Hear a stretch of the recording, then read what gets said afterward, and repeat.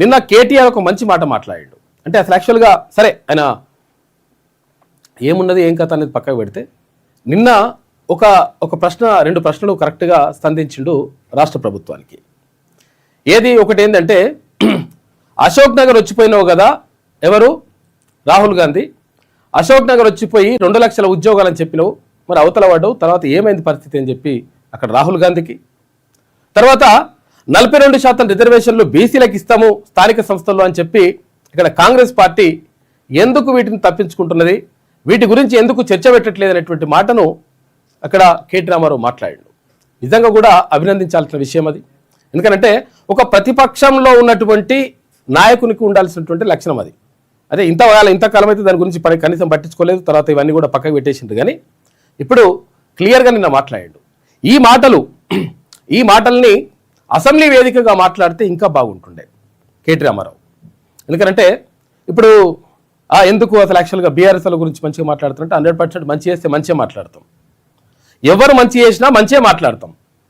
ఇప్పుడు తెలంగాణ రాష్ట్రం ఏర్పాటు కోసం బొంత పురుగునైనా ముద్దు పెట్టుకుంటా అని చెప్పి చెప్పిండు కదా ఎవరు, కేసీఆర్. బీసీల ఆకాంక్షల కోసం, బీసీలకు సంక్షేమం కోసం, తర్వాత ఎస్సీ ఎస్టీ బీసీ మైనార్టీలందరి కోసం 100% పరికంపను కూడా కౌగిలించుకోవడానికి రెడీగా ఉన్నామని చెప్పేసి తిన్మన్మల్ల అన్నాడు. వాస్తవం అది కూడా. అంటే ఇక్కడ జరగాల్సిందేంది, 42% రిజర్వేషన్కి సంబంధించి కాంగ్రెస్ పార్టీ తన మేనిఫెస్టోలో హామీ ఇచ్చింది, బీసీలకు స్థానిక సంస్థల్లో రిజర్వేషన్ కల్పిస్తామని. ఏమైందని చెప్పేసి నిన్న బయట నుంచి అడిగినా కానీ కేటీ రామారావు ఒక మంచి ప్రశ్న లేవనెత్తిండు. ప్రశ్న అంటే యాక్చువల్గా ఆయన లేవనెత్తిండు, మాట్లాడిండు. ఈ మాటలు అక్కడ 0 అవర్లోనో లేకపోతే ఎందుకంటే ఇప్పుడు షెడ్యూల్లో పెడతలేరు కాబట్టి 0 అవర్లో ఎక్కడనో ఆ ప్రశ్నలు సంధించి దానికి సమాధానం రాబట్టేటువంటి ప్రయత్నం చేస్తే ఇంకా బాగుంటుండే. కేటీ రామారావుని నిజంగా కూడా నిన్న అభినందించాల్సిందే. ఎందుకంటే అది బీసీలకు సంబంధించినటువంటి అంశం.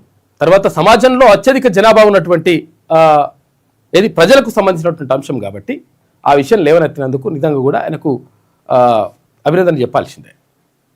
ఇక మరోవైపు ఏం జరుగుతూ ఉంది ఇక్కడ, పోలవరం నల్లమల్ల సాగర్కి సంబంధించి ఏమైంది, అభిషేక్ మను సింఘ్వి సుప్రీంకోర్టు సీనియర్ న్యాయవాదితోటి నిన్న ముఖ్యమంత్రి రేవంత్ రెడ్డి, అక్కడ నీటిపారుదల శాఖ మంత్రి ఉత్తమ్ కుమార్ రెడ్డి ముంబై వెళ్ళి ఆ ముంబైలో ఆయనతో సమావేశమై ఎట్టి పరిస్థితుల్లో గట్టిగా కొట్లాడాలని చెప్పేసి చెప్పొచ్చిండ్రు. తర్వాత ఇక్కడ నీటిపారుదలకు సంబంధించి తర్వాత విషయాలన్నిటికి సంబంధించి ఇక్కడేమో అసెంబ్లీలో మేమే కరెక్ట్ అనే మాటను నిన్న ఎలాగో సండే కాబట్టి మొన్న ప్రభుత్వం చెప్తా ఉంది. నిన్న పవర్ పాయింట్ ప్రజెంటేషన్ ఎవరు అక్కడ హరీష్ రావు ఇచ్చిండు, తెలంగాణ భవన్లు ఇచ్చిండు. నువ్వు ఇవ్వాల్సింది అసెంబ్లీలు ఇవ్వాలి. ఒకవేళ అసెంబ్లీలో నీకు టైం ఇవ్వకపోతే ఆ మీడియా పాయింట్ దగ్గర కన్నా వచ్చి అక్కడన్నా అసలు మాకు అన్యాయం జరిగింది, తర్వాత అసలు యాక్చువల్గా పబ్లిక్ ఇట్లా జరిగింది అనేటువంటి చెప్తే ఒక రకంగా ఉంటుండే. కానీ మేమైతే ఇప్పుడు ఆయన ప్రతిపక్ష నేత అవతల పడ్డాడు, ప్రతిపక్ష ఉపనేతగా నిన్ను శాసనసభ ఉపనేతగా నిన్ను ఆయన ప్రకటించిండు. ఎవరు, కేసీఆర్ ప్రకటిస్తే ఏం చేసిండు హరీష్ రావు, ఇక తెలంగాణ భవన్లో కూర్చొని తెలంగాణ భవన్లో పవర్ పాయింట్ ప్రజెంటేషన్ వాళ్ళు అక్కడిస్తే ఈయన ఇక్కడ ఇస్తున్నట్టుగా. నిజంగా ఒకవేళ మంచిగానే జరిగి ఉంటే, నిజంగా ఒకవేళ మీరు చేసినప్పుడు మంచిగానే పబ్లిక్ మంచిగా జరిగి ఉంటే, ప్రాజెక్టుల విషయంలో పారదర్శకతను పాటించే ఉంటే బరాబర్ అసెంబ్లీలో వచ్చి మాట్లాడుతుండే. కానీ అటువంటి మాట్లాడలేదు. ఇట్లా ఇవన్నీ కూడా జరుగుతూ ఉన్నాయి. తర్వాత నిండా ఒక ప్రత్యేక వ్యాసాన్ని రాసిండ్రు ప్రధానమంత్రి నరేంద్ర మోడీ. సోమనాథ్ ఆలయానికి సంబంధించి సోమనాథ్ ఆలయం పైన దాడి జరిగి 1000 సంవత్సరాలు పూర్తయింది కాబట్టి అని చెప్పేసి నిన్న అక్కడ గజనీ మహమ్మద్ అంటోడు 1026వ సంవత్సరంలో ఇక్కడ సోమనాథ ఆలయాన్ని కొల్లగొట్టడం, ఆ తర్వాత స్వాతంత్రం వచ్చిన తర్వాత దాన్ని పునరుద్ధరించేందుకు 1947లోనే ఇక్కడ సర్దార్ వల్లభాయ్ పటేల్ నిర్ణయం తీసుకున్నాడు. తర్వాత దాన్ని పునరుద్ధరించేందుకు కొంతవరకు జరిగిందనేటువంటి మాటతోటి ఒక ప్రత్యేక వ్యాసాన్ని రాసి చాలా అన్ని పేపర్లలో కూడా ఆయన పంపించడం జరిగింది. ప్రధానమంత్రి ఆ వ్యాసాన్ని ప్రచురించారు అన్ని పత్రికలు కూడా. అయితే ఇక్కడ సోమనాథ ఆలయానికి సంబంధించి 100% అప్పుడు గజనీ మహమ్మద్ చేసినటువంటి ఏదైతే దాడి ఉన్నదో నిజంగా ఏంటంటే అసలు యాక్చువల్గా ఒక సంస్కృతి పైన, సాంప్రదాయాల పైన, ఒక అంటే ఒక భావజాలం పైన, హిందుత్వ భావజాలం పైన జరిగినటువంటి దాడిగా చెప్పుకోవచ్చు. నిజంగా కూడా అది దురదృష్టకరం. దానిపైన ఒక వ్యాసం కూడా రాసిండు ప్రధానమంత్రి. ఇక అక్కడ వెనుజులాకు సంబంధించి వెనుజులా అధ్యక్షుడిని తీసుకొచ్చి నిర్బంధించేసింది అమెరికా. ఆయన భార్యను కూడా తీసుకొచ్చేసింది. ఎందుకంటే వెనుజులా అధ్యక్షుడిని ఒకవేళ నిర్బంధించి తీసుకొస్తే ఆయన భార్యను ఒకవేళ అధ్యక్షునిగా ప్రకటిస్తారేమో, అట్లా ఏమైనా ప్రాబ్లం అవుతుందని చెప్పేసి అట్లా ఇద్దరిని కూడా తీసుకొచ్చేసిండ్రు. అమెరికా నిర్బంధించింది. తర్వాత అక్కడ ఉపాధ్యక్షురాలుగా ఉన్నటువంటి ఆమెను ఇప్పుడు అధ్యక్షురాలుగా ప్రకటించిండ్రు. 90 రోజుల పాటు ఆమె ఉంటుందంట. అయితే ఎందుకు వెనుజులా పైన అమెరికా ఇదంతా కూడా దండయాత్ర చేస్తూ ఉంది, తర్వాత ఇక్కడ దాడులు చేస్తూ ఉంది, బాంబులు వేస్తూ ఉంది అంటే అక్కడ చమురు నిల్వలు ఉన్నాయంట. ఆ చమురు నిల్వలను కొల్లగొట్టడానికి, ఆ చమురు నిల్వలను కాజేయడానికి అమెరికా పన్నాగం పంతుందని చెప్పేసి ఆరోపణలు అయితే వస్తూ ఉన్నాయి. ఇదంతా కూడా మొత్తం నడుస్తుంది. చాలా విషయాలను ఇంకా మనం మాట్లాడుకుందాం. మార్నింగ్ న్యూస్లో ముందుగా ఈనాడు దినపత్రికను చూద్దాం. వెనుజులా తాత్కాలిక అధ్యక్షురాలిగా డెల్సీ రోడ్రిగ్జ్ ఇక్కడ 90 రోజుల పాటు అధికారంలో ఉండనున్న నేత. ఆమె అధికారం చేపట్టాలన్న ఆ దేశ సుప్రీంకోర్టు అని చెప్పేసి ఒక వార్త కనిపిస్తా ఉంది. గుర్తిస్తున్నట్టు ప్రకటించిన సైన్యం ఆమె ఆధ్వర్యంలోనే పాలన కొనసాగించే అవకాశం. అమెరికా అధికారుల నిర్బంధంలో నికోలస్ మదురో అంటే ఆయన ఇంతకుముందు అధ్యక్షుడిగా ఉండే, ఆయన నిర్బంధించినటువంటి నేపథ్యంలో ఉపాధ్యక్షుడిగా ఉన్నటువంటి డెల్సీ రోడ్రిగ్జ్ ని ఆమెను ప్రకటించారు అమెరికా వెనుజులా అధ్యక్షురాలిగా.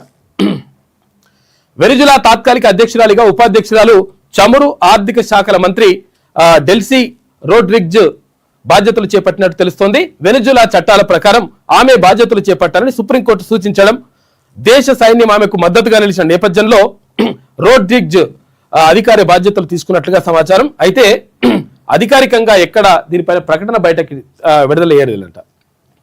90 రోజుల పాటు ఆమె అధికారంలో ఉంటారని రక్షణ మంత్రి పాడ్రినో ప్రకటించినట్లు సమాచారం. తర్వాత మదురోను వదిలేయాలని అమెరికాను వెనుజులా ఉపాధ్యక్షురాలు తాత్కాలిక అధ్యక్షురాలిగా బాధ్యతలు చేపట్టారంటున్న డెల్సీ డిమాండ్ చేసిందంట. అక్కడ న్యూయార్క్లో డిఈఏ ప్రధాన కార్యాలయంలోకి నికోలస్ మదురో అంటే ఇక్కడ వెనుజులా అధ్యక్షుడిని తీసుకొని పోతా ఉన్నారు. దీనికి సంబంధించినటువంటి చూసుకోవచ్చు. సోమనాథ్ అచంచల విశ్వాస ప్రతీక. ఆలయంపై తొలిదాడికి 1000 ఏళ్లైన సందర్భంగా ప్రధాని మోడీ ప్రత్యేక వ్యాసం రాసిండు. చాందీ పేపర్లకు కూడా వేసినట్టున్నారు. అది ప్రత్యేక వ్యాసం రాసిండు. అయితే అప్పుడు గజనీ మహమ్మద్ చేసినటువంటి దండయాత్ర, దానికి సంబంధించి మొత్తం కూడా ఆలయాలన్నింటినీ కూడా కొల్లగొట్టడం. సోమనాథ్ ఆలయం అద్భుతమైనటువంటి ఆలయం, గుజరాత్లో ఉంటుంది. అద్భుతమైనటువంటి ఆలయం. ఈ ఆలయాన్ని కొల్లగొడితే తర్వాత స్వాతంత్రం వచ్చిన తర్వాత సర్దార్ వల్లభాయ్ పటేల్ ఆధ్వర్యంలో అప్పుడు ప్రధాని జవహర్లాల్ నెహ్రూ ఉన్నప్పటికీ ఆయన వ్యతిరేకించినటువంటి మాటలు కూడా ఆయన రాసిండు. ఆయన వ్యతిరేకించినప్పటికీ ఇక్కడ సర్దార్ వల్లభాయ్ పటేల్ దాని మీద పట్టుబట్టి దాన్ని మళ్ళీ పునరుద్ధరించిండ్రు అనేటువంటి మాటను వ్యాసంలో రాసిండ్రు ప్రధాని నరేంద్ర మోడీ. 10 నుంచి ఉపాధి హామీపై ఆందోళనకు కాంగ్రెస్ ప్రణాళిక. జాతీయ సమన్వయ కమిటీలో మంత్రి సీతక్కకు చోటిచ్చిరట. ఇక 8వ పిసిసి విస్తృత స్థాయి సమావేశాలు ఉంటాయంట. 10 నుంచి ఉపాధి హామీ పథకం పైన ఆందోళన అట్లున్నది. మరి బీసీలకు 42% విషయంలో ఆందోళన కూడా ఉండాలి కదా, దానిపైన కూడా మాట్లాడాలి కదా, ఆ విషయం కూడా ఇంపార్టెంట్ కదా, అట్లుండదన్నమాట. ఇక ఏమైనా ఆందోళనలు ఇవన్నీ వేయాల్సి వచ్చినప్పుడు ఎస్సీ ఎస్టీ బీసీ మంత్రులు ఉంటారు కదా, వీళ్ళని పెడతారు. ఏమైనా పైసలు వచ్చేది ఉన్నప్పుడు వాళ్ళు పడతారు. ఇక ఎట్లుంటుంది అట్ల లెక్క. పోలవరం నల్లమల్ల సాగర్పై సమర్థ వాదనలు వినిపించండి. సుప్రీం న్యాయవాది సింఘ్వీకి సూచించిన సీఎం రేవంత్ రెడ్డి. ముంబై వెళ్లి ఆయనతో భేటీ అయిన సీఎం, మంత్రి ఉత్తమ్ కుమార్ రెడ్డి. ఇక సుప్రీంకోర్టులో నేడు విచారణకు రానున్న కేసు అని చెప్పేసి ఇక్కడ పోలవరం తర్వాత నల్లమల్ల సాగర్కి సంబంధించినటువంటి కేసు ఇవాళ సుప్రీంకోర్టులో విచారణకు రానున్న నేపథ్యంలో నిన్న అభిషేక్ మను సింఘ్వీని అంటే సుప్రీంకోర్టు సీనియర్ న్యాయవాది నిజంగా కూడా సమర్థంగా వాదనలు వినిపిస్తారు. ఆయన క్లియర్గా ఇక్కడ బీసీల అంశానికి సంబంధించి కూడా ఆయననే అడ్వకేట్గా పెట్టింది రాష్ట్ర ప్రభుత్వం సుప్రీంకోర్టులో వాదించడానికి. పెడితే అప్పుడు క్లియర్గా చెప్పిండు ఆయన. అంటే బీసీల అంశాన్ని ప్రధానంగా ఇట్లెందుకు తీసుకుంటున్నారు, 50% దాటుద్దనేటువంటి నిబంధన ఎక్కడ కూడా రాజ్యాంగంలో రాసి పెట్టి లేదు. రాజ్యాంగంలో రాసి పెట్టి లేనటువంటి విషయాన్ని సుప్రీంకోర్టు న్యాయమూర్తులు కొంతమంది కలిసి ఇదంతా కూడా చేసిండ్రు, ఇది అన్యాయం అని చెప్పేసి వాదించిండు అభిషేక్ మను సింఘ్వి. ఎందుకంటే 50% స్లాబ్ దాటొద్దని చెప్పడం. మరి 50% స్లాబ్ దాటొద్దంటే ఇక్కడ ఏది ఈడబ్ల్యూఎస్కి సంబంధించి 50% దాటిపోయింది, 60% అయింది. 60% అయినా కానీ ఏం కాదంట. వాళ్ళకి సంబంధించి అయితే ఏం కాదంట. బీసీలకు సంబంధించి అయితే అయ్యో అట్లెట్లా దాటకూడదండి, చాలా అది కరెక్ట్ కాదండి, ఇది రాజ్యాంగం ఒప్పుకో, రాజ్యాంగంలో ఎక్కడ లేదని చెప్పేసి క్లియర్గా అని చెప్పిండు. సుప్రీంకోర్టు న్యాయమూర్తి కొంతమంది కలిసి ఇదంతా చేసిండ్రు కాబట్టి ఇది ఎట్లా వెళ్తుంది, ఇది ఎట్లా న్యాయం అవుతుంది, పద్ధతి ఎట్లయితుంది అని చెప్పేసి రాజ్యాంగంలో రాసి పెట్టి లేనటువంటి అంశాలను ప్రత్యేకంగా ఇట్లా చేర్చడం ఏంది, ఇట్లా అన్యాయం చేయడం ఏందని చెప్పేసి వాదించిండు ఆయన. తర్వాత దీనికి నీటికి సంబంధించినటువంటి పంపకాలకు సంబంధించి కూడా తెలంగాణ తరఫున ఇక్కడ పోలవరం ద్వారా మన నీళ్ళు కొలగొట్టడం కానీ, తర్వాత ఇక్కడ ముంపు ప్రాంతాలు ఇక్కడ ఏది భద్రాచలం జిల్లాలో చాలా పిరపాక నియోజకవర్గంలో కొంత భాగం, తర్వాత అక్కడ కొంత భాగం ముంపునకు గురవుతూ ఉంది. దానికి సంబంధించి తర్వాత మన నీళ్లను కొల్లగొట్టడానికి సంబంధించి ఇటు నల్లమల్ల సాగర్కి సంబంధించి వీటన్నిటికి సంబంధించి వాదించడానికి వాళ్ళ వాదనలు వినిపిస్తాడు అభిషేక్ మను సింఘ్వి. దానికి సంబంధించి నిన్న ముఖ్యమంత్రి రేవంత్ రెడ్డి తర్వాత ఉత్తమ్ కుమార్ రెడ్డి ఇద్దరు కూడా మాట్లాడిండ్రు. గోదావరిపై ఏపీ తలపెట్టిన పోలవరం నల్లమల్ల సాగర్ లింక్ ప్రాజెక్టును అడ్డుకునేందుకు తెలంగాణ ప్రభుత్వం సీనియర్ న్యాయ నిపుణులతో చర్చలు జరిపింది. అయితే ఆదివారం ముఖ్యమంత్రి రేవంత్ రెడ్డి, నీటిపారుదల శాఖ మంత్రి ఉత్తమ్ కుమార్ రెడ్డి హైదరాబాద్ నుంచి ముంబై వెళ్లారు. సుప్రీంకోర్టు సీనియర్ న్యాయవాది అభిషేక్ మను సింఘ్వితో ప్రత్యేకంగా సమావేశమయ్యారు. పిఎన్ఎల్పి పై గత నెలలో రాష్ట్ర ప్రభుత్వం సుప్రీంకోర్టును ఆశ్రయించిన విషయం తెలిసిందే. అయితే ప్రభుత్వం దాఖలు చేసిన రిట్ పిటిషన్ సోమవారం అంటే ఇవాళ విచారణకు రానుంది. ప్రభుత్వం తరఫున సమర్థ వాదనలు వినిపించాలని సింఘ్వికి సీఎం సూచించారు. అవసరమైన అన్ని ఆధారాలను సిద్ధంగా ఉంచుకోవాలని చెప్పేసి కూడా అని చెప్పిందంట. నిన్న మంచి గట్టి అడ్వకేటే, కాకపోతే ఏంటంటే మరి ఇట్లా ఎంతవరకు వాదిస్తారు, ఎంతవరకు మనకు న్యాయం చేస్తారనే విషయం పైన చూడాలి. కాళేశ్వరం బ్యారేజీల పునరుద్ధరణ డిజైనర్ ఎంపిక కొలిక్కొచ్చిందని చెప్పేసి ఒక వార్త కనిపిస్తా ఉంది. అసెంబ్లీ సాక్షిగా రేవంత్ అబద్ధాలు. తొలి ఎపెక్స్ కౌన్సిల్ సమావేశంలోనే ట్రిబ్యునల్ ఏర్పాటుపై ప్రశ్నించాం. సెక్షన్ 3 కావాలని కేసీఆర్ 32 లేఖలు రాశారు. టెలిమెట్రీలు పెట్టాలని కోరారు. రాయలసీమ ఎత్తిపోతలపై సీఎం వ్యాఖ్యలకు ఏపీ ప్రభుత్వం ఖండించింది. ఇక పవర్ పాయింట్ ప్రజెంటేషన్ లో భరాసా డిప్యూటీ ఫ్లోర్ లీడర్ ఎవరు హరీష్ రావు. ఫ్లోర్ లీడర్ ఏమో ఆయన పామోదో పోయిండు. ఇప్పుడు డిప్యూటీ ఫ్లోర్ లీడర్ వచ్చేసి పవర్ పాయింట్ ప్రజెంటేషన్ పెట్టిండు. ఎక్కడ పెట్టిండు? ఆడ తెలంగాణ భవన్లో పెట్టిండు, పార్టీ ఆఫీసులో. నదీ జలాలపై మొదటి ఎపెక్స్ కౌన్సిల్ సమావేశంలోనే కొత్త ట్రిబ్యునల్ ఏర్పాటుపై ప్రశ్నించాం. పాలమూరు డిండీలను కొనసాగిస్తామని కేసీఆర్ ఆనాడే చెప్పారు. టెలిమెట్రీలను పెట్టాలని 2016లోనే కోరారు.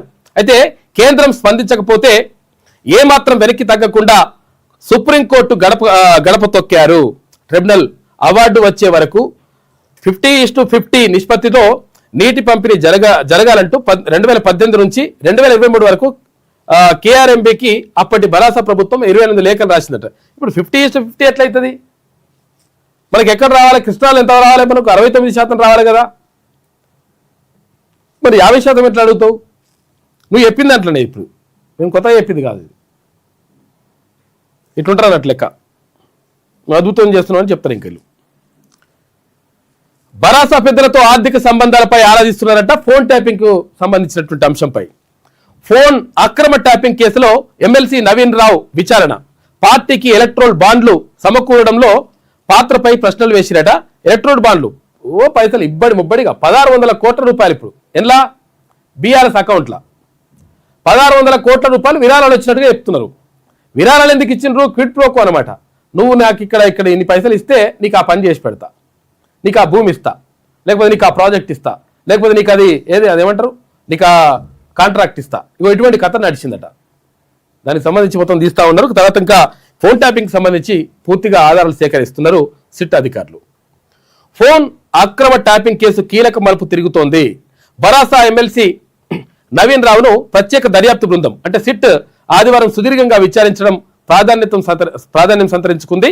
ఉదయం 11 గంటల సమయంలో సిట్ కార్యాలయానికి వచ్చిన ఆయన్ని రాత్రి 8 గంటల వరకు విచారించిండ్రంట.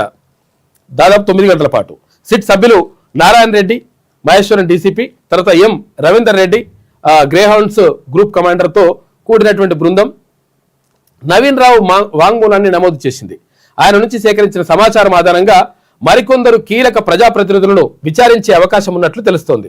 విశ్వసనీయ సమాచారం మేరకు భరాసా పెద్దలతో ఉన్న ఆర్థిక సంబంధాల విషయంలో నవీన్ రావును సిట్ విచారించిందని చెప్పేసి ఒక వార్త కనిపిస్తా ఉంది. ఇది ఎంతవరకు తెస్తారు ఏం కదా మరి ఏది అప్పుడు కేసు ఉండే కదా, ఏం కేసు అది?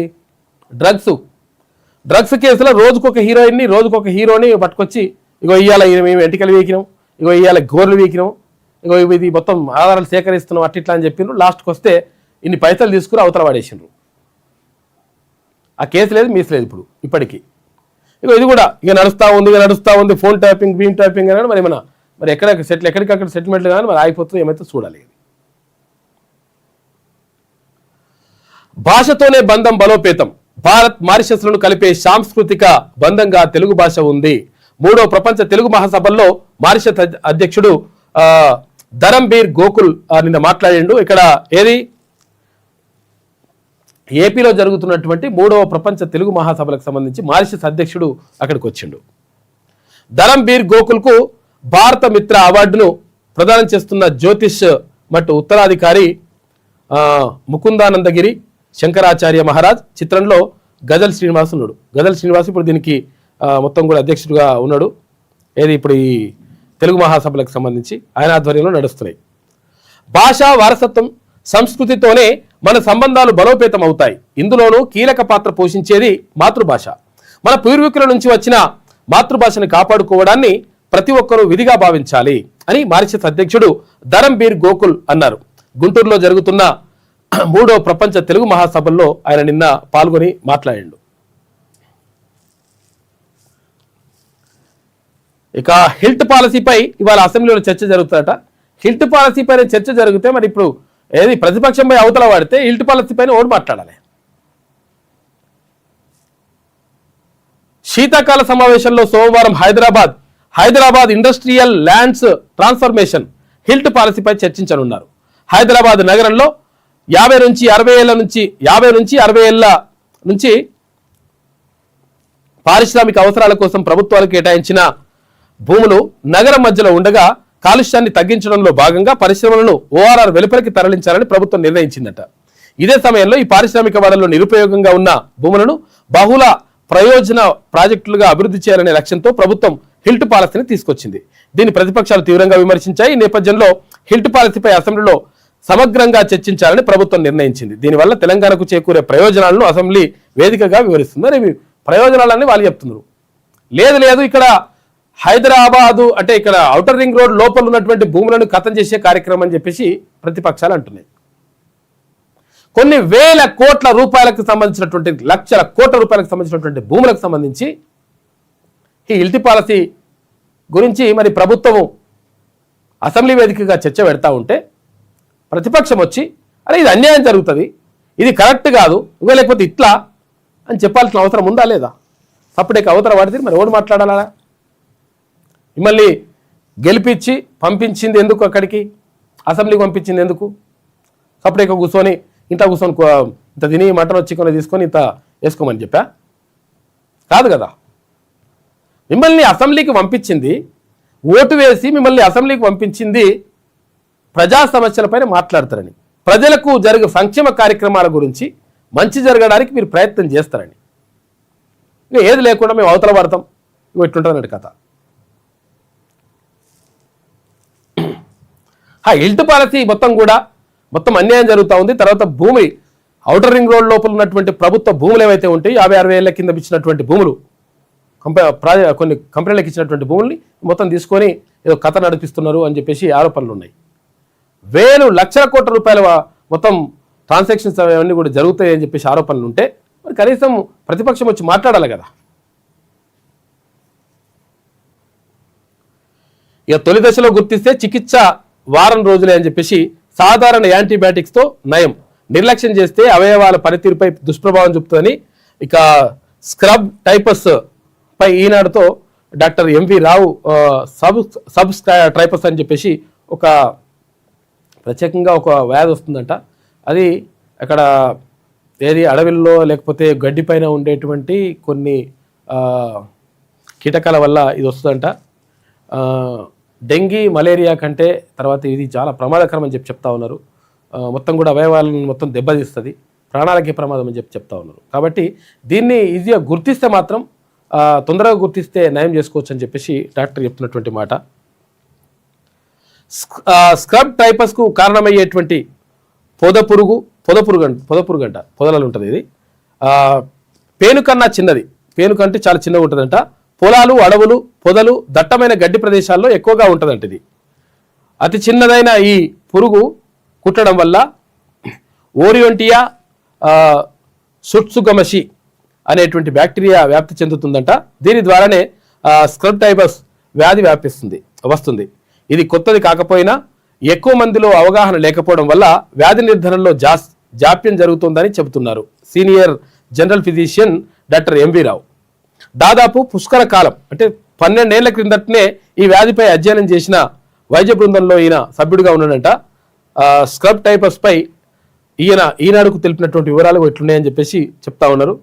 ఓ వైద్యుడి కుటుంబం ఇటీవల పర్యటనకు వెళ్ళింది. అక్కడ పార్కులో గడ్డిపై పడుకొని ఆహ్లాదంగా గడిపింది. పర్యటన నుంచి వచ్చాక వైద్యుడి భార్యకు జ్వరం వచ్చింది. మందులు వాడారు, 5 రోజులైనా తగ్గలేదు.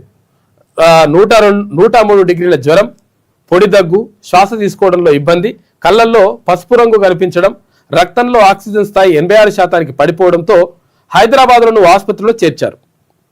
సిబిపి తర్వాత సియుఈ, మలేరియా, టైఫాయిడ్, డెంగీ సహా అన్ని రకాల పరీక్షలు చేయించినట. అన్నీ నార్మల్గానే ఉన్నాయి.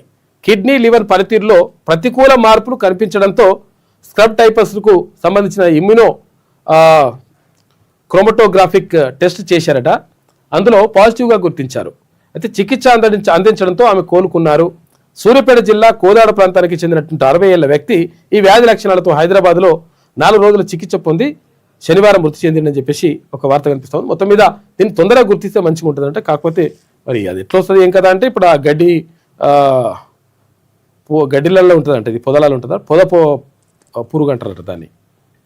ఇది ఈనాడులో ఉన్నటువంటి ప్రధాన కథనాలు. అయితే ఒకసారి వెలుగుదిన పత్రిక చూద్దాం. న్యూయార్క్ జైలుకు మదురో వెనిజులా అధ్యక్షుని తీసుకుపోయి న్యూయార్క్ జైలు వేసిండు. ఎవరు? ట్రంప్. నేడు మాన్హట్టన్ ఫెడరల్ కోర్టులో హాజరు. వెనిజులా తాత్కాలిక ప్రెసిడెంట్గా డిస్సీ రోడ్రిగజ్ నియామకం. మదురో దంపతులను రిలీజ్ చేయాలని డిమాండ్ చేస్తున్నారు. ఎవరు? వెనిజులాలో చమురు వెలికి తీసి ఇతర దేశాలకు అమ్ముతామని చెప్పేసి అమెరికా అంటా ఉంది. పద్ధతి మార్చుకోకుంటే నెక్స్ట్ మీరే క్యూబా, కొలంబియాకు, మెక్సికోకు ట్రంప్ వార్నింగ్ ఇచ్చిండు. ఇగో మీరు మంచిగా మేము చెప్పినట్టు వినకపోయిననుకో మీ సంగతి చూస్తా అంటున్నట. ఎవరు? అమెరికా అధ్యక్షుడు ట్రంప్.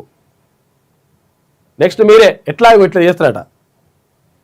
అయితే దీనికి సంబంధించి సోషల్ మీడియాలో కొంచెం అంటే ఇట్లా ఏది నిరసనలు, ర్యాలీలు, కథా కార్ఖానా ఇవన్నీ కూడా నడుస్తున్నాయని చెప్పేసి వచ్చింది. అయితే ఇక్కడ ఏమంటారంటే, వెనిజులాలో దాడి చేసి ఆ దేశ ప్రెసిడెంట్ని అమెరికా పట్టుకుపోవడాన్ని నిరసిస్తూ మన దేశంలో భారీ సమావేశాలు, ర్యాలీలు, అఖిలపక్ష కమ్యూనిస్టు పార్టీల ట్రేడ్ యూనియన్ల సభ్యులు ఇవన్నీ చేస్తున్నారు. ఇట్లా చేస్తున్నారు. అగో వీడియో రావట్లేదు ఏమే? ఓకే, ఇట్లా చేస్తున్నారు కదా. మరి ఇక్కడ పక్కన ఉన్నటువంటి బంగ్లాదేశ్లో తర్వాత హిందువుల పైన దాడులు జరుగుతూ ఉంటే, హిందువుల ఇండ్లను తగలబెడతా ఉంటే కనీసం ఒక్కడొచ్చి మాట్లాడేంది? ఒక్కరు కూడా దాని గురించి చర్చించలేంది? అంటే హిందువులై ప్రాణాలు కావా అనేటువంటి మాటను చాలామంది ఇక్కడ సోషల్ మీడియాలో వైరల్ అవుతూ ఉంది. అంటే వెనిజులా దేశంలో అధ్యక్షుని పట్టుకపోయి అక్కడ ఏమైనా పరిచయం జరిగితే ప్రాబ్లం అయింది. కానీ మరి మనోళ్ళని ఇక్కడ పక్కన బంగ్లాదేశ్ మొత్తం కూడా కొట్టి చంపుతూ ఉంటే, మొత్తం కాలబెడతా ఉంటే కనీసం ఎందుకు మాట్లాడడం లేదు అఖిలపక్ష వామపక్షవాదులు అని చెప్పేసి అక్కడ సోషల్ మీడియాలో వైరల్ అవుతుంది. అంటే మాట్లాడాల్సిన అవసరం ఉంటుంది కదా. అంటే హిందువులు అంటే లేకపోతే ఈ దేశం పౌరులు అంటే వీళ్ళు మీకు పట్టదా అని చెప్పేసి అడుగుతున్నారు. వాస్తవం నిజంగా కూడా ఆ విషయాన్ని మీరు ప్రస్తావిస్తారా, నిజంగా దానికి సమాధానం ఏం చెప్తారనేటువంటి విషయం పైన అందరూ అడుగుతున్నారు. ఇప్పుడు ఏ దేశంలో ఏదైనా జరిగితే ఓకే మంచిగా ఉండదు, మీరు బాగానే ర్యాలీలు తీస్తున్నారు, అట్లా నిరసన వ్యక్తం చేస్తున్నారు, అన్యాయం అంటున్నారు. మరి పక్కనున్న దేశంలో మన దేశానికి సంబంధించినటువంటి పౌరుల పైన దాడులు జరిగి పెట్రోల్ పోసి అంటించి సజీవ దహనాలు చేస్తే మరి ఎందుకు మాట్లాడతలేరా నాయన అని చెప్పేసి వామపక్ష నాయకులను అడుగుతూ ఉన్నారు. చెప్పాలి, సమాధానం చెప్పాలి వాళ్ళు.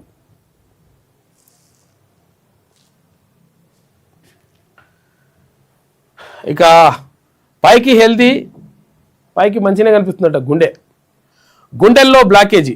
అగో యూత్ సడన్ డెత్స్ పైన ఢిల్లీ ఎయిమ్స్ స్టడీలో షాకింగ్ విషయాలు బయటకు వచ్చినాయి. మృతుల్లో 57% మంది 18 సంవత్సరాల నుంచి 45 సంవత్సరాల వాళ్ళే ఉన్నారట. పోస్ట్ మార్టంలో 70% బ్లాకేజీలు గుర్తించిండ్రు. ఇక గుండెలు బ్లాక్లు వస్తున్నాయట. ఇప్పుడు రక్త ప్రసరణ కరెక్ట్గా జరగకుండా ఇక్కడ గుండెకు రక్త ప్రసరణ సరిగా అందించకపోతే ఏమవుతుంది, ఇక్కడ బ్లాక్ వచ్చింది అనుకో, ఇది దీనికి పోవడం రావడం కాదు, కాకపోతే అప్పుడే హార్ట్ అటాక్ వస్తుంది. హార్ట్ అటాక్ రావడం అంటే దీనికి మొత్తం ఈ సర్క్యులేషన్ దెబ్బతినడం అనమాట. ఇక్కడ ఏమవుతుంది, ఎట్లా బ్లాక్లు వస్తాయి అంటే, ఇప్పుడు ఇది ఉన్నది కదా, ఈ రక్తనాళం ఉన్నది ఉంటే ఇక్కడ ఈ పసుపచ్చది కొవ్వు ఇది. ఈ కొవ్వు ఏమవుతుందంటే, అందుకనే మటన్ చికెన్ తర్వాత అవి కొవ్వు పదార్థాలు ఎక్కువ తినొద్దు అంటారు.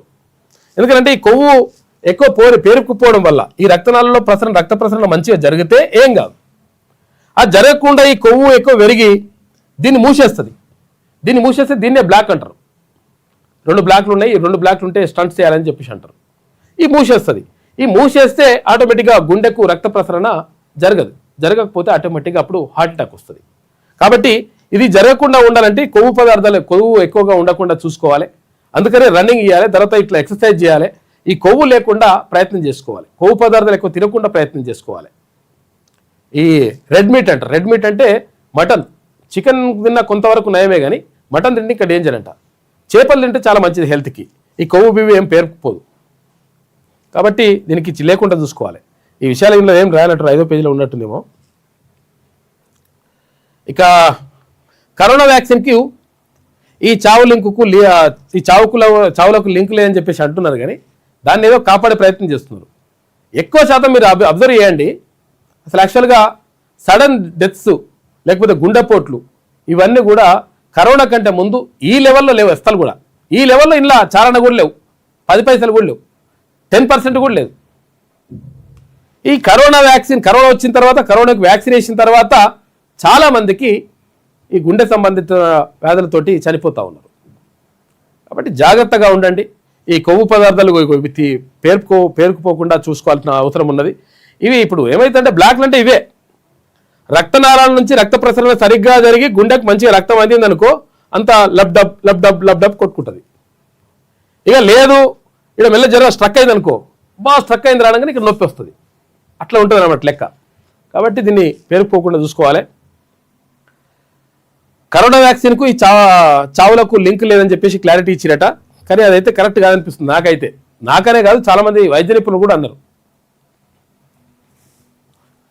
చనిపోయేదాకా సమస్య ఉన్నట్టే చాలా మందికి తెలియడం లేదంట. ఎందుకంటే ఏం జరుగుతుందో అర్థం కాదు, అప్పటికప్పుడు పడిపోతురు, చచ్చిపోతురు. దేశంలో యువత సడన్ గా కుప్పకూలిపోతూ గుండెపోటుతో చనిపోతున్న ఘటనల వెనుక కారణాలపై ఢిల్లీలోని ఎయిమ్స్ డాక్టర్లు చేసిన స్టడీలో షాకింగ్ విషయాలు బయటపడ్డాయి.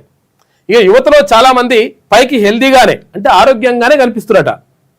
యువతలో కనిపిస్తున్న లోపల వారి గుండెల్లో బ్లాకేజీలు పెరుగుతున్నాయని వెల్లడైంది. బ్లాకేజీలు అంటే ఏంటిది? మూసుకోపోతాయి. ఇది మూసుకోపోయి 2 కొవ్వు ఇట్లా అటాచ్ అయింది అనుకో, ఇక రక్త ప్రసరణ ఆగిపోతుంది, దాంతో దెబ్బ పడుతుంది.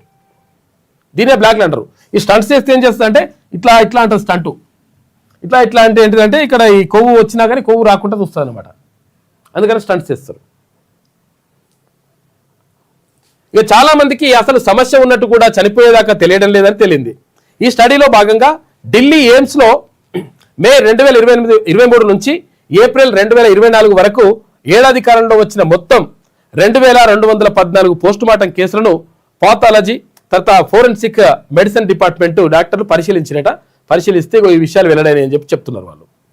ఇక స్టడీ పీరియడ్ ఏమో సంవత్సరం 2023 మే నుంచి 2024 ఏప్రిల్ దాకా ఏడాది. ఎక్కువ మరణాలు రాత్రిపూట జరుగుతున్నట్టు, రాత్రిపూట తెల్లవారుజామున జరుగుతున్నట్టు ఎక్కువ. కొన్ని వాటర్ కూడా కొంచెం మంచిగా తాగండి.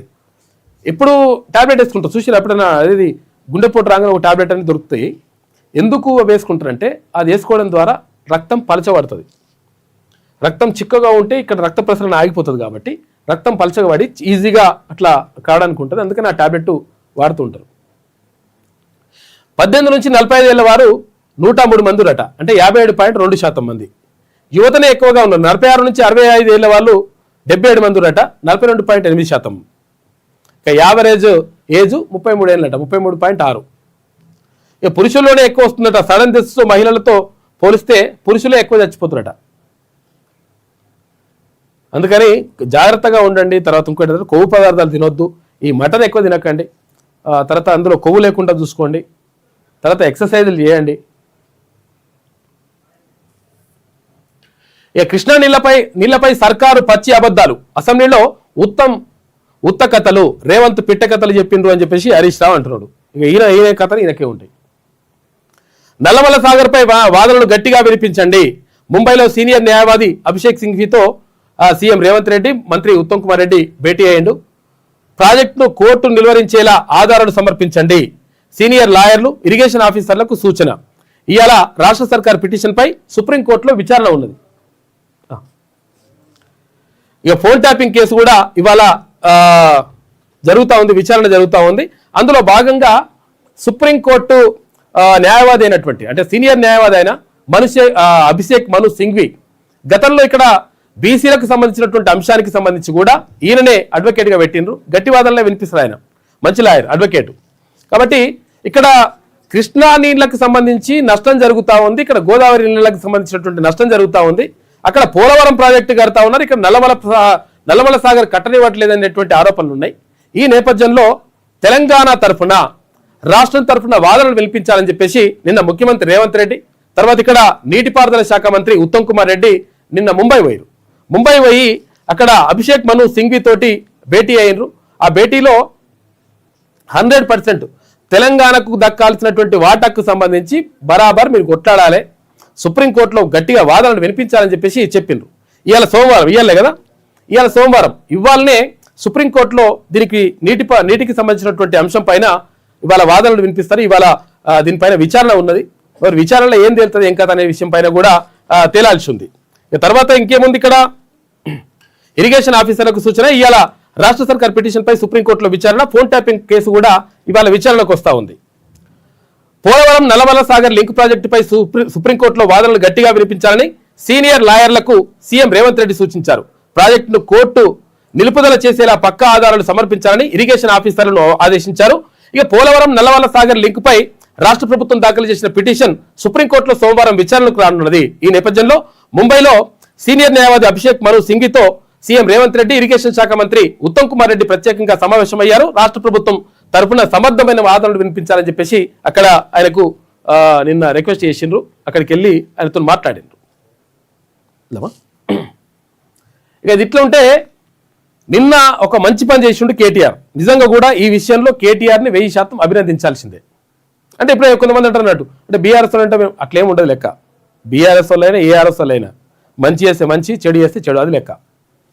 కాబట్టి రాహుల్ రేవంత్ను ఉరి తీయాలని చెప్పేసి అంటున్నాడు. సరే, ఈ ఉరి తీయాలనే దాన్ని మనం మేము సమర్థించము. ఆయన ఉరి తీయాలన్నాడు కాబట్టి ఈయన ఉరి తీయాలన్నాడు, కానీ ఇది కాదు. ఎన్నో హామీలు ఇచ్చి ఎగ్గొట్టిండ్రు అని చెప్పేసి కేటీఆర్ అంటున్నాడు.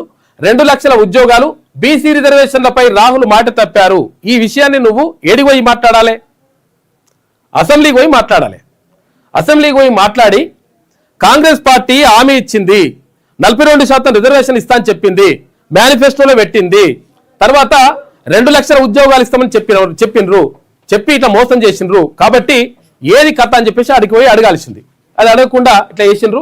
420 హామీలతో ప్రజలను మోసం చేశారని చెప్పేసి విమర్శించిండు నిన్న ఇక్కడ ఎవరు, కేటీ రామారావు. కాబట్టి ఈ విషయంలో మాత్రం కేటీ రామారావుని అభినందించాల్సిందే. తర్వాత కేటీఆర్ భస్మాసురుడి బ్రదర్స్ అని చెప్పేసి ఆయనలో అహంకారం పరాకాష్ఠకు చేరిందని చెప్పి పిసిసి చీఫ్ మహేష్ కుమార్ గౌడ్ అంటున్నాడు. తర్వాత ఇక్కడ తెలంగాణ రాజ్యాధికార పార్టీలో మొత్తం కూడా రోజు రోజుకు చేరికల జోరు కొనసాగుతా ఉంది. తర్వాత ఈ కమిటీలు అన్ని కూడా మొత్తం రాష్ట్ర వ్యాప్తంగా మొత్తం పూర్తవుతా ఉన్నాయి. నిన్న కర్తాల్లో, ఏది రంగారెడ్డి జిల్లా కర్తాల్ మండల కేంద్రంలో నిన్న మంచి భారీ బహిరంగ సభ జరిగింది. తర్వాత ఆత్మీయ నిర్మల్ జిల్లా నుంచి మిత్రులు వచ్చి రావడం జరిగింది. పూర్తిగా దయచేసి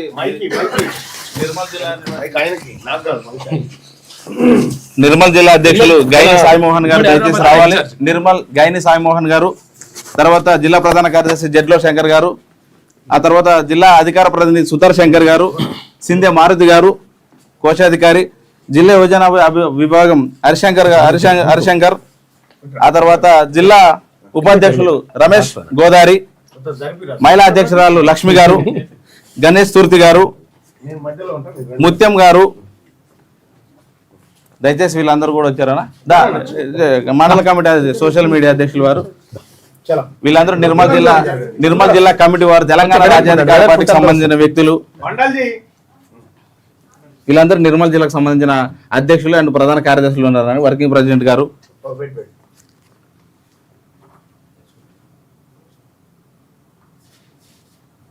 అన్న ఒక్క నిమిషం అన్న ఇది ఒకసారి మన మోహన్ అన్నకి మీరు అందుకే అన్న అందుకే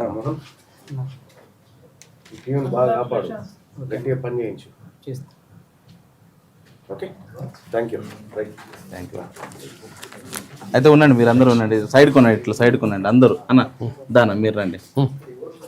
నరసన్న ఉన్నానా మాట్లాడితే ఒక్కొక్క మాట మాట్లాడండి ఎవరన్నా పోదామా?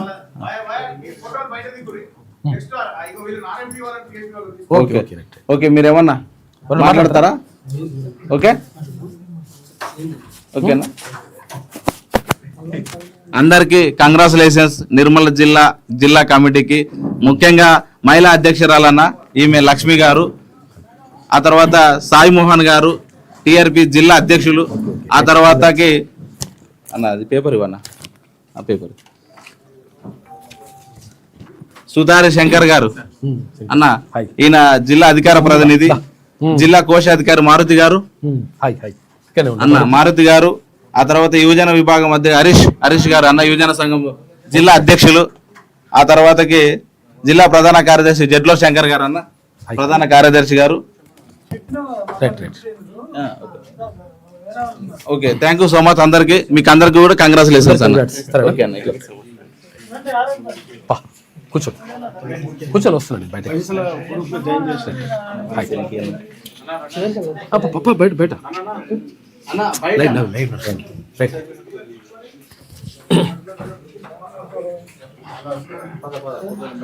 కేటీఆర్ భస్మాసురుడికి బ్రదర్స్ అని చెప్పేసి ఇక్కడ మహేష్ కుమార్ గౌడ్ అంటా ఉన్నాడు. ఆయనలో అహంకారం పరాకాష్ఠకు చేరింది.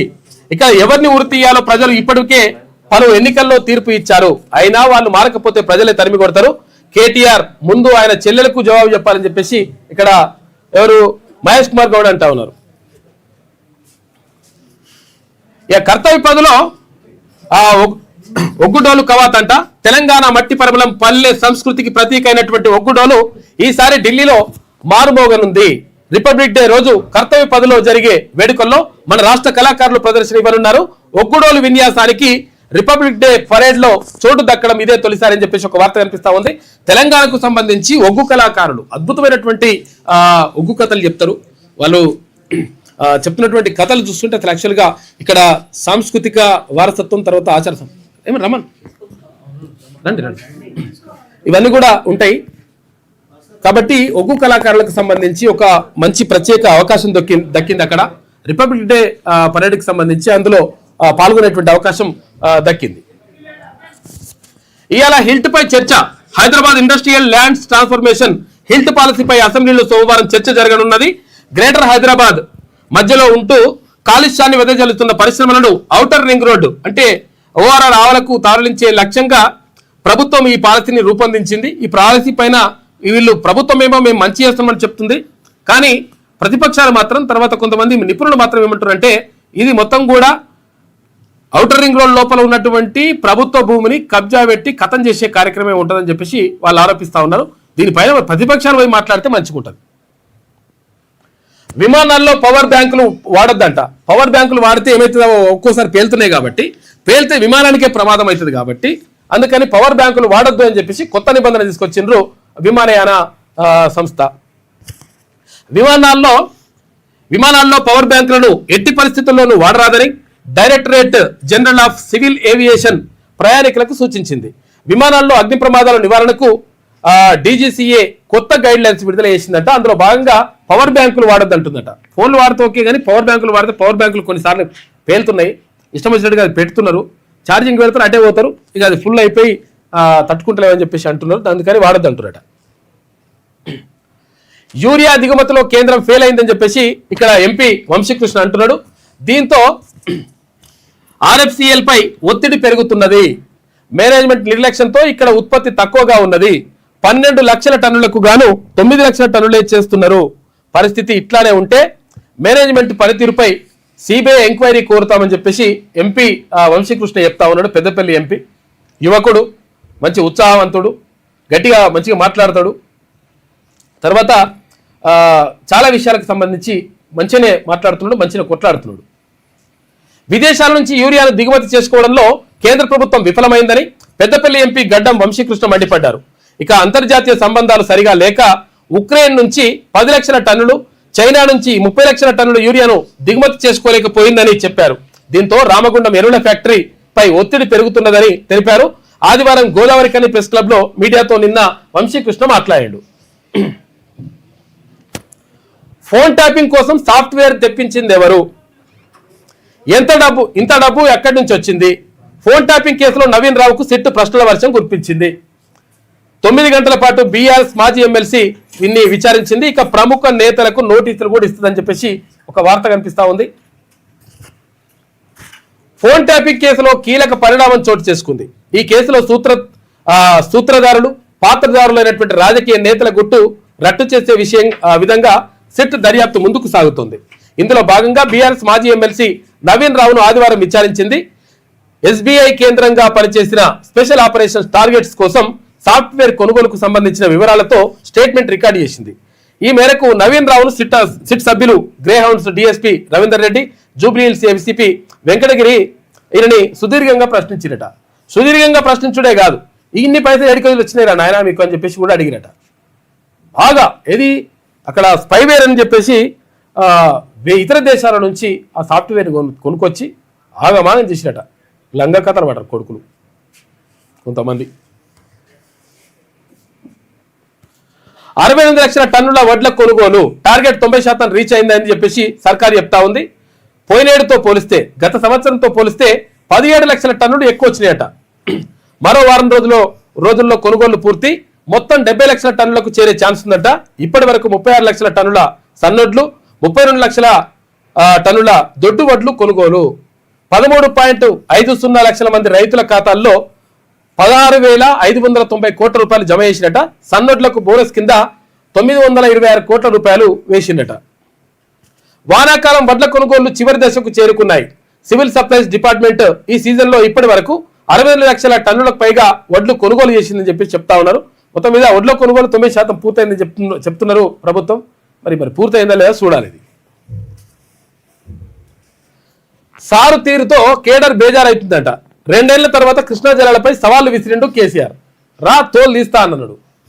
తోలు తీస్తా, లావుల తొండలు ఇడుస్తా, ఏది తోలు తీస్తా అని చెప్పేసి ఈయన అనిపోయాడు. అవతల పడ్డాడు. దాంతో నువ్వు అనిపోతావు, అవతల పడతావు, నువ్వు మరి ఇజ్జత్ పోతుందిరా నాయన అని చెప్పేసి కాకకు సంబంధించి మొత్తం అనుకుంటున్నారట. ఏది బీఆర్ఎస్ పార్టీలో. ఆ తర్వాత అసెంబ్లీకి వచ్చినట్టే వచ్చి ఫామ్ హౌస్కు అసెంబ్లీ సమావేశాలకు డుమ్మ కొట్టిండు కేసీఆర్. కీలకమైన అంశంపై చర్చలో పాల్గొనకుండానే వెనుదిరగడంతో పార్టీ శ్రేణుల్లో నిరాశ. అసెంబ్లీలో ప్రభుత్వ ఆరోపణలకు సమాధానం చెప్పకుండా వెళ్లిపోవడం ఏంటని నిరుత్సాహం. బయట పీపీటీలు పెట్టుకుంటే ప్రజలు ఎలా నమ్ముతారని ప్రశ్న. ఇదంతా సెల్ఫ్ గోల్ చేసుకోవడమే అని చెప్పేసి రాజకీయ విశ్లేషకులు అంటున్నారు. బీఆర్ఎస్ అధినేత కేసీఆర్ తీరు ఆ పార్టీ కేడర్కు నిరాశ మిగులుస్తున్నది. ఎప్పుడో ఒకసారి బయటకు రావడం, ఏదో ఒకటి చేసేస్తానని మాటలు చెప్పడం తప్ప చేతల్లో చేస్తున్నది ఏమీ లేదని నిరుత్సాహపడుతున్నారట. ఇటీవల దాదాపు 9 నెలల తర్వాత బయటకు వచ్చిన కేసీఆర్ తోలు తీస్తా, ఇక వస్తున్నా అంటూ స్టేట్మెంట్లు ఇవ్వడంతో లీడర్లు సింహం వస్తుందంటూ కేడర్ మస్తు జోష్లో మునిగిపోయారు.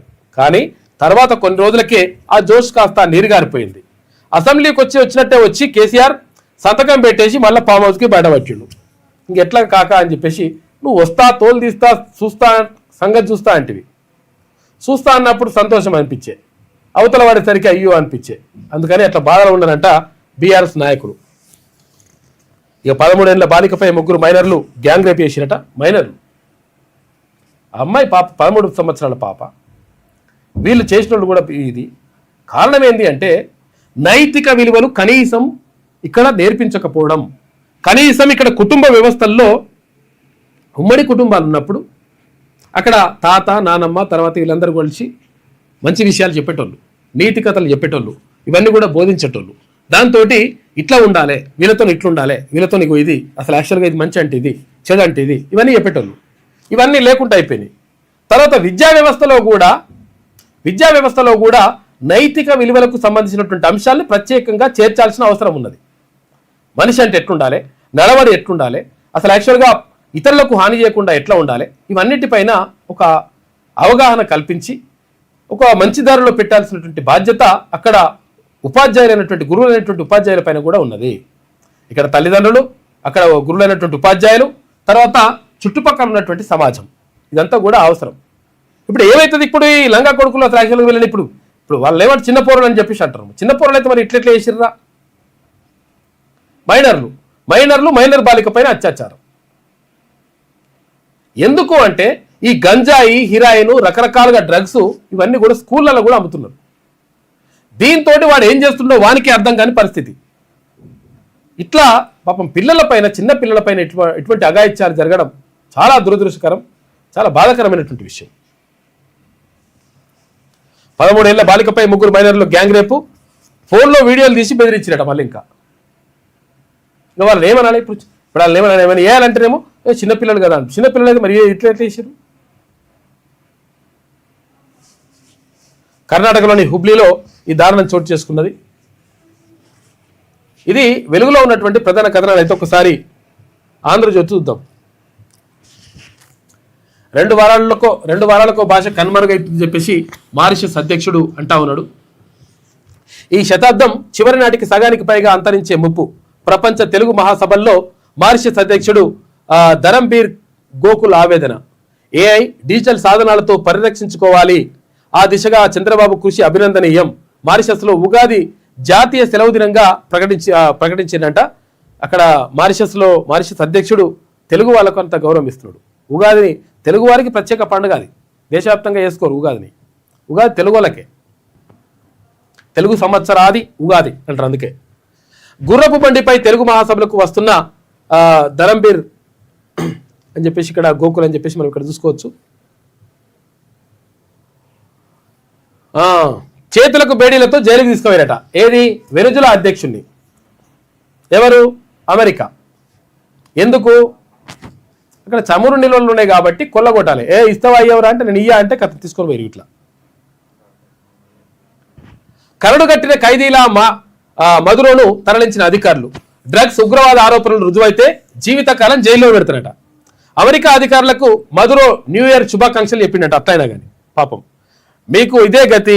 క్యూబా, చీలీ, తర్వాత కొలంబియాకు ట్రంప్ హెచ్చరించాడట. మీరు చెప్తే ఇంటర్ అయినరా, వినకపోతే ఎట్టేది? వెనుజులా అధ్యక్షుని ఏం చేసినా మీ పని కూడా గదే చేస్తా అంటున్నట. రష్యా కూడా జెలెన్స్కీని ఇలాగే బంధిస్తే ఏం చేస్తారు? ట్రంప్ తీరును ప్రశ్నించిండ్రు ఆ దేశ ప్రజాప్రతినిధి రో కన్నా. అమెరికా దాడిలో 40 మంది మరణించారని చెప్పేసి వెనుజులా ప్రకటించింది. బాంబులు బింబులు వేసిరు కదా దాంట్లో. వెనుజులా తాత్కాలిక అధ్యక్షురాలుగా ఉపాధ్యక్షురాలు డిస్సీ రోడ్రిగ్జ్ అని పెట్టిండ్రట. అట్లా నడుస్తూ ఉంది. ఇక నైట్ స్టాకర్స్ తోడుగా డెల్టా ఫోర్స్ ముందుండి అమెరికా అత్యున్నత దళాలతో వెనుజులాలో ఆపరేషన్. మధురోను పట్టుకునేందుకు 4 నెలల ప్రణాళిక వేసుకున్నట. మధురో కదలికలు, ఇతర అంశాలపైన CIA నిఘా పెట్టింది. స్థానిక నేతలు, అధికారులకు ఎరవేసి వివరాలు రాబట్టినట. తొలుత వెనుజులా రక్షణ వ్యవస్థ ధ్వంసం చేసిండ్రు. తర్వాత సైనిక హెలికాప్టర్లలో వెళ్లి మధురోని అరెస్ట్ చేసిండ్రు. వ్యూహాత్మకంగానే మధురో భార్య నిర్బంధం అంట. ఎందుకనంటే మధురో భార్యను కూడా, అధ్యక్షుని భార్యను కూడా పట్టుకరాకపోతే అధ్యక్షుని భార్యని అక్కడ అధ్యక్షునిగా ప్రకటించుకునేటువంటి అవకాశం ఉంటుంది. కాబట్టి అటువంటి అవకాశం లేకుండా ఆయన భార్యను కూడా తీసుకొచ్చిండ్రు. నాయకురాలుగా ఎదగకుండా అడ్డుకునేందుకే అదుపులోకి తీసుకున్నామని చెప్పేసి తెలుస్తూ ఉంది. ఇక నల్లమల సాగర్ లింకును ఆపాల్సిందే. సుప్రీంకోర్టులో సమర్థన వాదనలు వినిపించండి. న్యాయ నిపుణులకు సీఎం రేవంత్ రెడ్డి సూచన. ముంబైలో అభిషేక్ మను సింఘ్వితో రేవంత్ ఉత్తమ్ భేటీ. తెలంగాణ రిట్ పిటిషన్పై ఇవాళ సుప్రీంకోర్టులో విచారణ ఉన్నది. మరి ఏం చేస్తారు ఇంకా చూడాలి. ఇవాళ అసెంబ్లీలో హిల్ట్పై కీలక చర్చ. ఈ హిల్ట్ పైన వీళ్ళకి కీలక చర్చ ఉన్నప్పుడు అక్కడ ప్రతిపక్షం ఉండాల్సింది.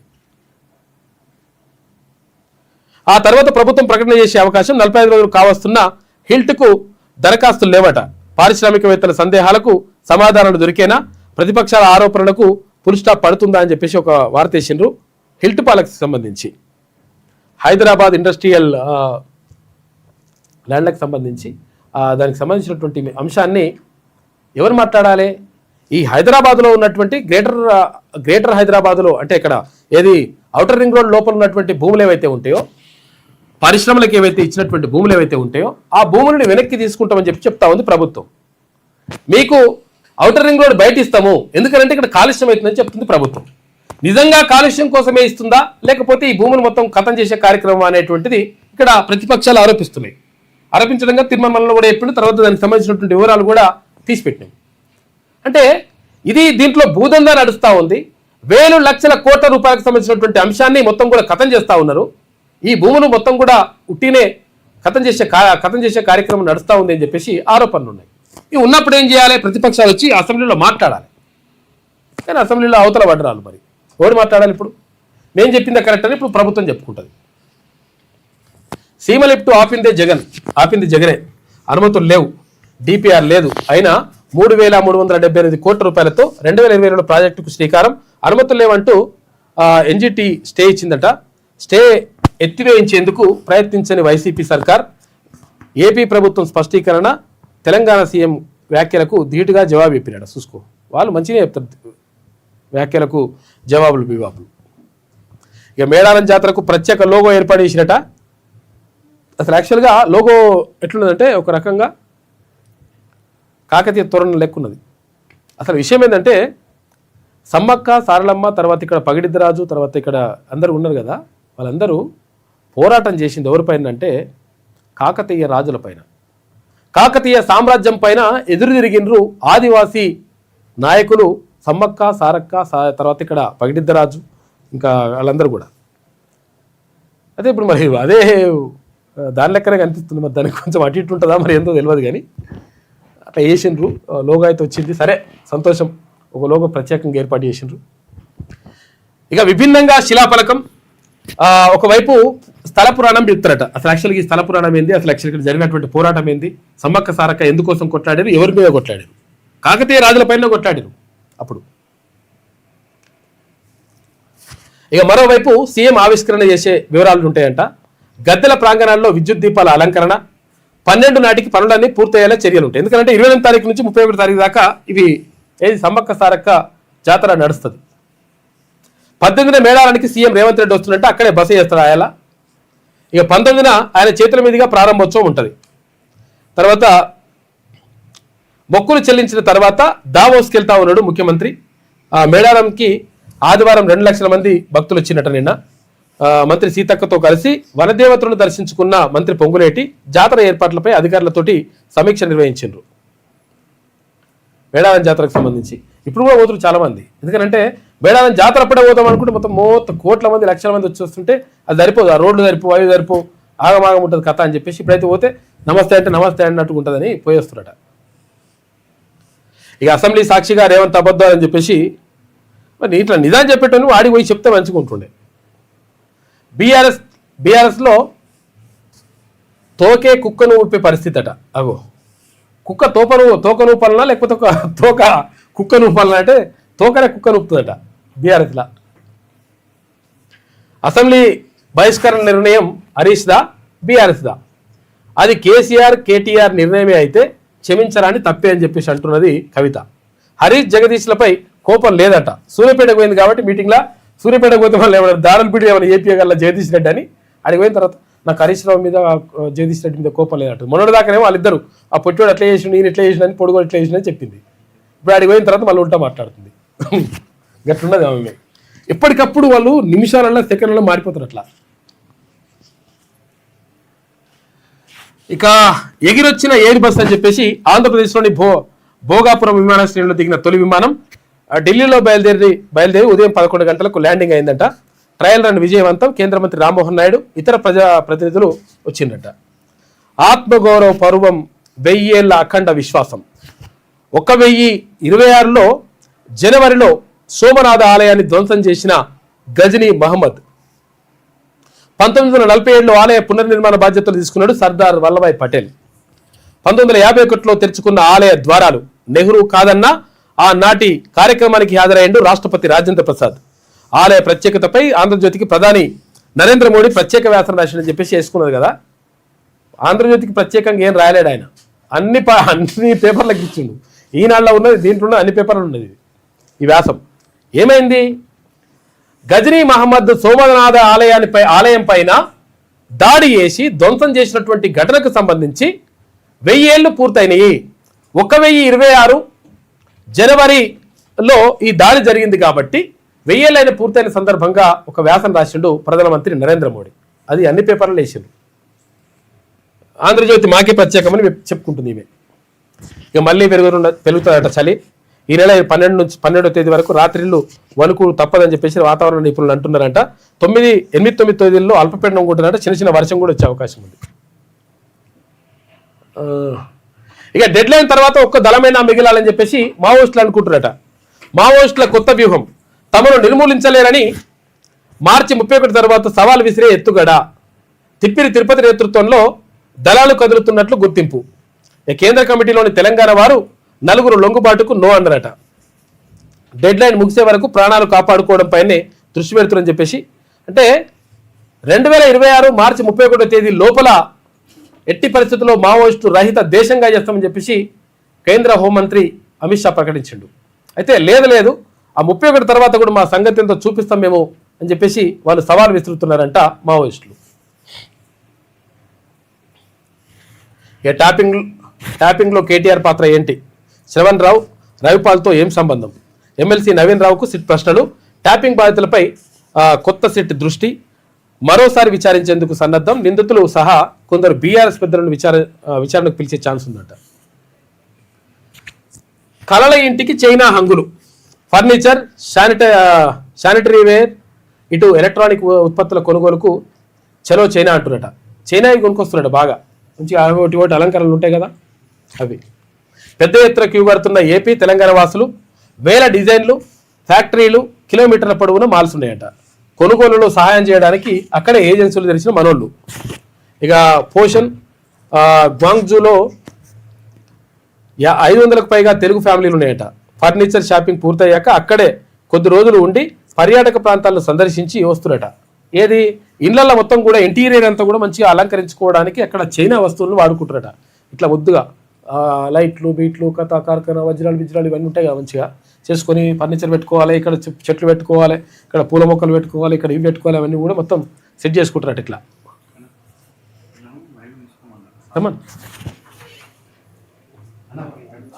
ఇక వరి ఉత్పత్తిలో మనమే నెంబర్ 1. చైనా కన్నా ముందంజ. 15 కోట్ల టన్నుల దిగుబడి. మోదీ పాలనలో 3236 కొత్త విత్తనాల ఆవిష్కరణ అని చెప్పేసి కేంద్ర మంత్రి శివరాజ్ సింగ్ అంటున్నాడు. 1,00,000 మంది డ్రోన్ సైనికులతోటి భైరవ దళం. అధునాతన యుద్ధ నౌకల్ని సిద్ధం చేస్తున్న సైన్యం.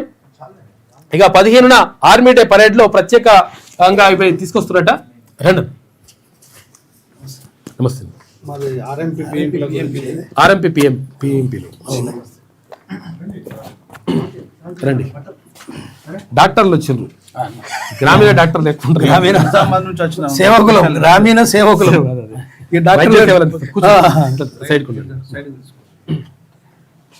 చెప్పండి. వెడల్పు ఉండండి, ఇంకా అందరూ వచ్చేస్తున్నారు.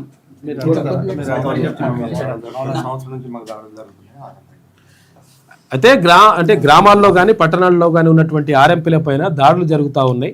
తర్వాత మేము అసలు యాక్చువల్గా సీరియస్ ఉన్న వాళ్ళు మా దగ్గరకు వచ్చిర్రు అనుకో, మా దగ్గరకు వస్తే మేము వైద్యం చేస్తున్నాం, తర్వాత ఎక్కడన్నా మేము రెఫర్ చేస్తున్నాం. అయితే ఈ రెఫర్ చేసే కంటే ముందే నువ్వు ఇచ్చిన సూది వల్లనే చచ్చిపోయింది అని చెప్పేసి ఇటు ధర్నాలు చేస్తున్నారు, మా మీద దాడులు చేస్తున్నారు అంటారు. అదేనా? చెప్పండి. దాంతోపాటు గవర్నమెంట్ మాకు ఒకటి పోయిన ఏదైతే అంతకుముందు టీఆర్ఎస్ ప్రభుత్వం ఉన్నప్పుడు సో మాకు ఏం చేశారంటే మాకు ఆర్ఎంపీ పిఎంలో గుర్తింపించి మీకు శిక్షణ ఇచ్చి మీకు ఇచ్చేస్తామని చెప్పారు మేనిఫెస్టోలో. అప్పుడు ఏం చేయలేదు.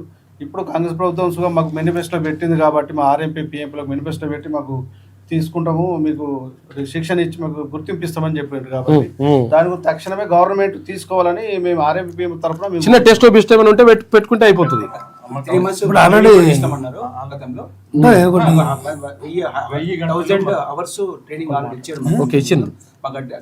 ఎటువంటి పారామెడిక్ నుంచి ఇచ్చారు. బట్ కాకపోతే ఇప్పటి వరకు దానికి ఎగ్జామినేషన్ కానీ ఎటువంటిది కూడా ఏం సర్టిఫికేట్ ఇస్తే అయిపోతుంది. మళ్ళీ ఇప్పుడు అన్నగారు గ్రామీణంలో వైద్యులు ఖచ్చితంగా ఆర్ఎంపీలు అవసరం. ఎందుకంటే ఎంబీబీఎస్ వచ్చి అక్కడ ఉండలేడు. కాబట్టి వీళ్ళు ఉండలేదు అని పైసలు ఉండలేదు. పెట్టలేదు పబ్లిక్ కూడా. ఇప్పుడు పేషెంట్ ఎవరికన్నా ఇబ్బంది తెల్లందాక నైట్లో 1-2 o'clock అయినా కడుపు నొప్పి కానీ వాంతులు ఏ ఇబ్బంది అయినా అవును వాళ్ళు లేచి మన నిజామాబాద్కి ఆటో తీసుకొని వెళ్ళి మళ్ళీ వాళ్ళు అక్కడ నుంచి అవును డబ్బులు ఖర్చు పెట్టుకొని ట్రీట్మెంట్ అక్కడ వేలలో అవుతుంది. మరి ఇక్కడ ఆర్ఎంపీ ట్రీట్మెంట్ ఇచ్చేది వేలలో అయితే లక్షలలో కూడా లక్షల్లో అవుతుంది, చెప్పలేము. అది వేలలో వీళ్ళకు కష్టమే ఆ నైట్ పోవడం. మరి ఈ రాత్రి అనక ఆర్ఎంపీ డాక్టర్ ఏం చేస్తున్నాడు, భార్య పక్కన పడుకున్నా లేచి పిలవగానే లేచి వెంటనే ఫోన్ చేస్తే కూడా లేచిపోయి వాళ్ళకు ఏదో ప్రాథమిక వైద్యం చేసేవారికంటే వాళ్ళకు ఉపశమనం కలుగుతుంది ఒప్పుకుంటున్నారు. మరి అది సేవ పబ్లిక్ చాలా అవసరం ఉన్నది. పబ్లిక్ కూడా ఏమంటున్నట్టు మాకు ఈ గ్రామీణ వైద్యులు కావాలి, వాళ్ళ సేవలు మాకు అవసరము, మేము సిటీకి అంత దూరం వెళ్ళి నైట్లలో కానీ ఎప్పుడైనా మేము చేసుకోలేము. మళ్ళీ ఒకటి ఏంటంటే ఇక్కడ డబ్బులున్నా లేకున్నా వాళ్ళు పొలం పనులకు వెళ్తుంటారే రైతులు, కూలీలు, వాళ్ళందరూ కూడా మరి వీళ్ళు డబ్బులు ఇచ్చినా లేకుండా సార్ ఇంజక్షన్ తీసేసుకొని వెళ్ళి పనికి వెళ్ళిపోతాడు, డబ్బులు మేము మళ్ళీ ఇస్తాడు, వారంకు వచ్చినాక ఇస్తాడు, చేస్తాడు, ఖాతా పెడతారు. మరి ఇవన్నీ సేవలన్నీ అందిస్తున్నారు. అందించినప్పుడు మరి యొక్క దాడులు ఎందుకు అనేది మళ్ళీ ఇబ్బందుల పాలు చేస్తున్నారు దాడులు చేసి. అది కాకుండా మెయిన్ ఏంటంటే డెలివరీ కేసెస్ ఉంటే వాళ్ళకి వీక్లీ ఇంజెక్షన్స్ అని ఇంటికి రాసిస్తుంటారు మన క్వాలిఫైడ్ డాక్టర్లు. వాళ్ళకి గౌరవించి మేము ఇవ్వాలి కాబట్టి అవి ఇవ్వడానికన్నా మేము ఊర్లలో ఉండాలి. వాళ్ళు ఏదన్నా యాంటీబయాటిక్ కోర్సెస్ రాసిస్తుంటారు, టైఫాయిడ్కి సంబంధించి ఏదన్నా ఇన్ఫెక్షన్స్ సంబంధించిన యాంటీబయాటిక్స్ రాసిస్తారు. అవి ఆ బేసిక్స్ అవి ఆ డ్రెస్సింగ్ కానీ అవి చేయడానికన్నా కనీసం మమ్మల్ని ఊర్లో ఉంచే విధంగా ప్రయత్నం చేయండి దయచేసి. 100% ఏదన్నా అతిగా చేసిన వాళ్ళ మీద శిక్షించండి. ఆ విషయంలో 100% మనం పెద్దవాళ్ళు వాళ్ళు చెడు చేసిన వాళ్ళని ఎట్టి పరిస్థితుల్లో క్షమించేది లేదు, కానీ మంచి చేసిన వాళ్ళని 100% కాపాడుకోవాల్సిన బాధ్యత కూడా ఉంది. ప్రాథమికంగా వైద్యం చేసే విధంగానన్నా ఏదన్నా రూపకల్పన చేసి దానికి జీవో తీసుకొచ్చి దయచేసి దీని మీద ఒక 50,000 కుటుంబాలు ఆధారపడ్డాయి కాబట్టి ఆ కుటుంబాలను మధ్యంతరంగా ఈ అన్నకి 50 సంవత్సరాలు, ఈ అన్నకు 40, 45, 50, 60 సంవత్సరాల వాళ్ళు ఎక్కడ పోయి ఇప్పుడు ఏం పని చేసుకుని బతుకుతారు. మధ్యంతరంగా బ్యాన్ చేస్తే మా పిల్లలు బీటెక్ అట్లా ఇంటరు ఈ చదువులో ఉన్నారు, వాళ్ళని ఏ రకంగా చదివిస్తాం, వాళ్ళకి ఫీజులు ఏ రకంగా కడతాం, మేము ఈఎంఐలు కట్టుకోవాల్సి వస్తుంది. ఇలాంటి ఇబ్బందులు ఉన్నాయి కాబట్టి దయచేసి కొద్దిగా ఆలోచించండి.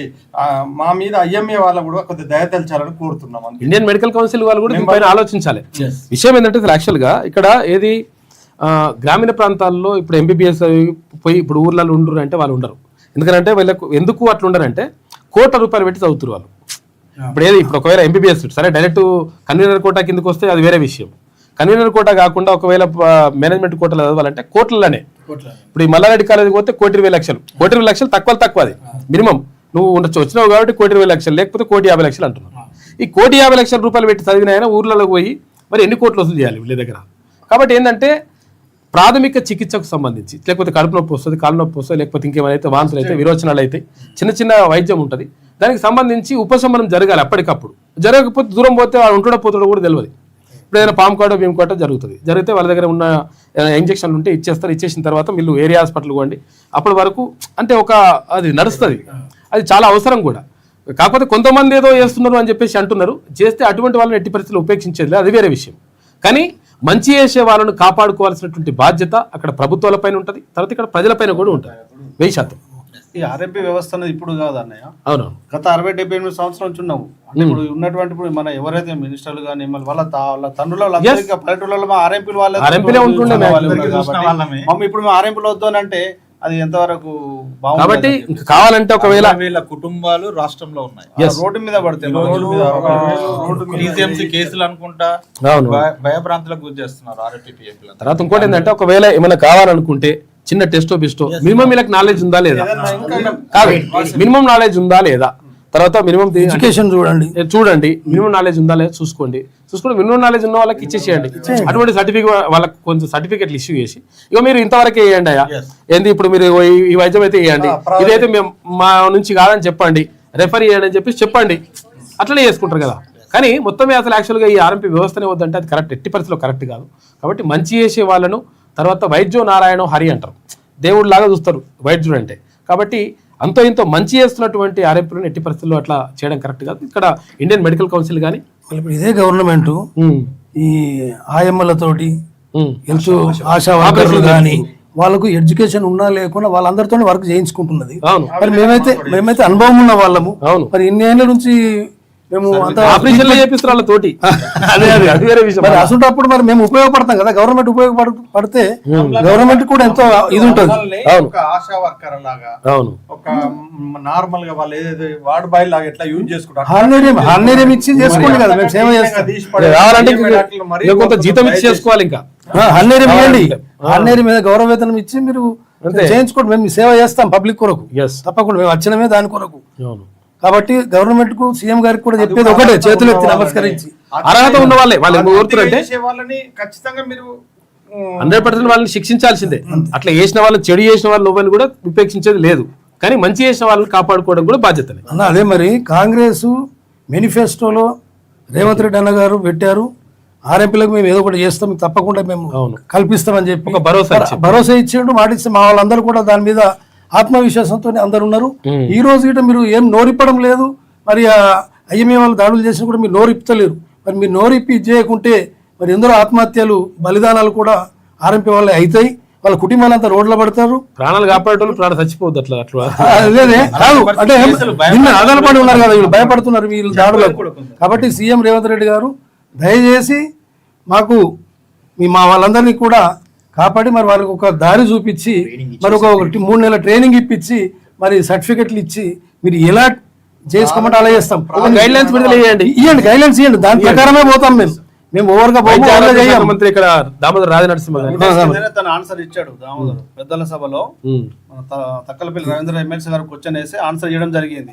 అయితే తను ఏమంటుంటే టెక్నికల్ గా ఏంటంటే న్యాయపరంగా కొన్ని ఉన్నాయి, దాన్ని దాటుకోవాలంటే మేము కేంద్ర ప్రభుత్వం నుంచి కోరుతున్నాము, కేంద్ర ప్రభుత్వం నుంచి మాకు ఇస్తే మేము ఇక్కడ వాళ్ళకి శిక్షణ ఇచ్చేసి వీళ్ళకి ఇద్దామని చెప్పేసి వాళ్ళు నిండు సభలో చెప్పారు, మొన్ననే చెప్పారు. దాన్ని ఇంకా ముందుకు తీసుకెళ్తే ఇంకా బాగుంటుందని చెప్పి అన్నగారికి కలవడం జరిగింది. తప్పకుండా అన్న కూడా మాట్లాడుతున్నాం. మంచి జరగాలి, మంచి చేసే వాళ్ళకి సమాజంలో మంచి జరగాలి.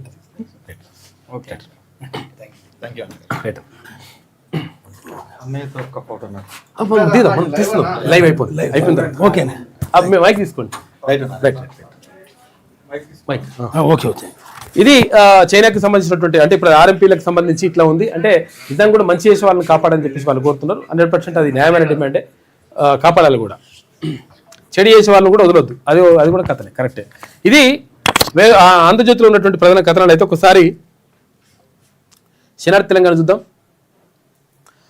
రెడ్లతోని మనకు సోపతి వద్దు, ఎస్సీ ఎస్టీ బీసీ పిల్లలంతా ఒక్కటే, ప్రభుత్వ పాఠశాలల్లో వారంతా ఒకే దగ్గర కూర్చుంటున్నారు, రెడ్డి విరమ వర్గాల పిల్లలు అక్కడ కనిపించరు, రెడ్ల ఆధిపత్య రాజకీయాలు మనకొద్దు, సబ్బండ బీసీ బిడ్డలంతా ఒక్కటే, ఇక మన ఓటు మనమే వేసుకుందాం, ఎస్సీ ఎస్టీ బీసీల కోసం అంబేద్కర్ ఎంతో చేశారు, మన వర్గాలకు రిజర్వేషన్లు కల్పించారు, కాంగ్రెస్ 42% హామీలు ఇచ్చి మోసం చేసింది, ఇక ముందు మన వర్గాలు మోసపోకుండా చూసుకోవాలి, సబ్బండ బీసీ కులాలు సంఘటితమై రాజ్యాధికారం సాధించాలి. Telangana Rajyadhikara Party chief MLC Teenmar Mallanna నిన్న కడతాల్లో, ఇక్కడ రంగారెడ్డి జిల్లా కడతాల్ మండల కేంద్రంలో నిన్న మాట్లాడాడు.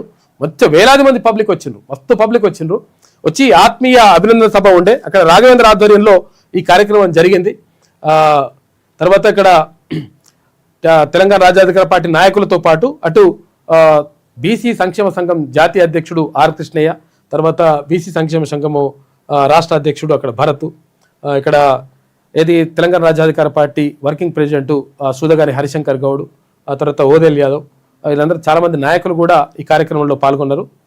మొత్తం మీద ఒక గీత విభజన రేఖ అనేటువంటిది రావాలి. తర్వాత ఇక్కడ ఎస్సీ ఎస్టీ బీసీలు మైనార్టీలు అందరూ ఒకటి, ఎందుకంటే వీళ్ళందరూ ఒక దగ్గర కూర్చోగలుగుతారు, చేయగలుగుతారు, మాట్లాడుకోగలుగుతారు. కానీ మరి ఒక వర్గము మన పైన ఆధిపత్యం చెలాయిస్తూ ఉంది. కాబట్టి జామకాయతోటి ఒక కథ చెప్పి నిన్న అందరినీ కూడా ఆకట్టుకున్నారు తీన్మార్ మల్లన్న ఎమ్మెల్సీ. సబ్బండ బీసీ కులాలు సంఘటితమై రాజ్యాధికారం సాధించాలి, ఇక ముందు మన వర్గాల మోసపోకుండా చూసుకోవాలి. Telangana Rajyadhikara Party chief MLC Teenmar Mallanna Rangareddy జిల్లా కడతాల్లో ఆత్మీయ సభ ముఖ్య అతిథిగా హాజరయ్యాడు తీన్మార్ మల్లన్న. ఇన్నాళ్ళు రెడ్లు వెలవలతోని చేసిన సోపతి చాలని, ఇక ముందు వారి సోపతి బంద్ చేసుకుందామని తెలంగాణ రాజ్యాధికార పార్టీ అధ్యక్షుడు శాసన మండలి సభ్యులు Teenmar Mallanna SC ST BC minority వర్గాలకు పిలుపునిచ్చారు. రంగారెడ్డి జిల్లా కడతాల్ మండల కేంద్రంలో ఆదివారం స్థానిక నేతలు ఆత్మీయ అభినందన సభను ఏర్పాటు చేశారు. ఈ కార్యక్రమానికి TRP chief MLC Teenmar Mallanna ముఖ్య అతిథిగా హాజరయ్యారు. ఈ సందర్భంగా స్థానిక నాయకులు, టీఆర్పీ శ్రేణులు, బీసీ సంఘాలు సంఘాల నేతలకు మల్లన్న సాదర స్వాగతం పలికారు. అయితే ఇక్కడ మహిళలు హారతినిచ్చి ఆహ్వానించారు. ఈ సందర్భంగా మల్లన్న మాట్లాడుతూ అనాదిగా రెడ్లు వెలమలే రాజ్యాధికారం చేపట్టారని, కానీ ఆ వర్గాలకు ఇక ముందు రాజకీయ చరమగీతం పాడాల్సిన అవసరం ఉందని చెప్పేసి నిన్న గట్టిగా మాట్లాడిండు తీన్మార్ మల్లన్న. కీలక దశకు ఫోన్ ట్యాపింగ్ కేసు అంట. బీఆర్ఎస్ ఎమ్మెల్సీ నవీన్ రావును విచారించింది నిన్న సిట్టు. ప్రణీత్ రావు శ్రవణ్ కుమార్ తో సంబంధాలపై ప్రశ్నలు. ఇది రాజకీయ కుట్ర అని నవీన్ రావు ఆరోపించారట. కేసీఆర్ కేటీఆర్ను సైతం విచారించే ఛాన్స్ ఉంది. 2036 కామన్వెల్త్ గేమ్స్ భారత్లోనే జరుగుతాయని చెప్పేసి ప్రధాని మోడీ అంటున్నాడు. ఆ దిశగా ప్రయత్నాలు చేస్తున్నాం. దేశంలో క్రీడా స్ఫూర్తిని మరింత పెంచుతాం. ప్రధానమంత్రి నరేంద్ర మోడీ కాశీలో 72వ జాతీయ వాలీబాల్ ఛాంపియన్షిప్ క్రీడాకారులను ఉద్దేశించి వర్చువల్ ప్రసంగం చేసిండు ప్రధానమంత్రి మోడీ. కృష్ణా జలాలపై క్లారిటీ ఇస్తాం, త్వరలోనే అన్ని విషయాలు మాట్లాడతా. ఏపీ సీఎం చంద్రబాబు కీలక వ్యాఖ్యలు చేసిండు. కృష్ణా జలాలపై మొన్న రేవంత్ వ్యాఖ్యల నేపథ్యంలో స్పందించిండు చంద్రబాబు. మరి ఏం చేస్తారు ఏం కథనే చూడాలి. ఇలా అక్కడ సుప్రీంకోర్టులో కూడా వాదనలు ఉన్నాయి. అసెంబ్లీకి వెళ్ళవు, ప్రజా సమస్యలపై కొట్లాడవు. అసెంబ్లీలో గజ్వెల్ సమస్యలపై గలమెత్తాలి. నియోజకవర్గ అభివృద్ధికి నిధులు తేవాలి. కాంగ్రెస్ జిల్లా అధ్యక్షురాలు అంక్షరెడ్డి డిమాండ్ చేస్తా ఉన్నారట. ఆంక్షరెడ్డి ఇక ఎర్రవల్లి ఫామ్ హౌస్ను ముట్టడించిన కాంగ్రెస్ నాయకులు ఫామ్ హౌస్ పాలన వద్దురా నాయన అంటూ ప్లకార్డులు కూడా ప్రదర్శించారట ఇక్కడ కేసీఆర్కి సంబంధించి. అయితే మొన్న వైకుంఠ ఏకాదశి సందర్భంగా వైకుంఠ దర్శనం నడిగితే ఇక్కడ కాక దర్శనం కూడా అట్లే చేపించారు మొన్న. ఇక్కడ నుంచి పోవాలి, ఇక్కడ నుంచి రావాలి, ఇక్కడ నుంచి పోవాలని చెప్పేసి. అగో ఇదేమైంది మళ్ళా ఈసారి వస్తలేవు వీడియోలు ఏమైనా అవుతున్నట్టు చూడరు.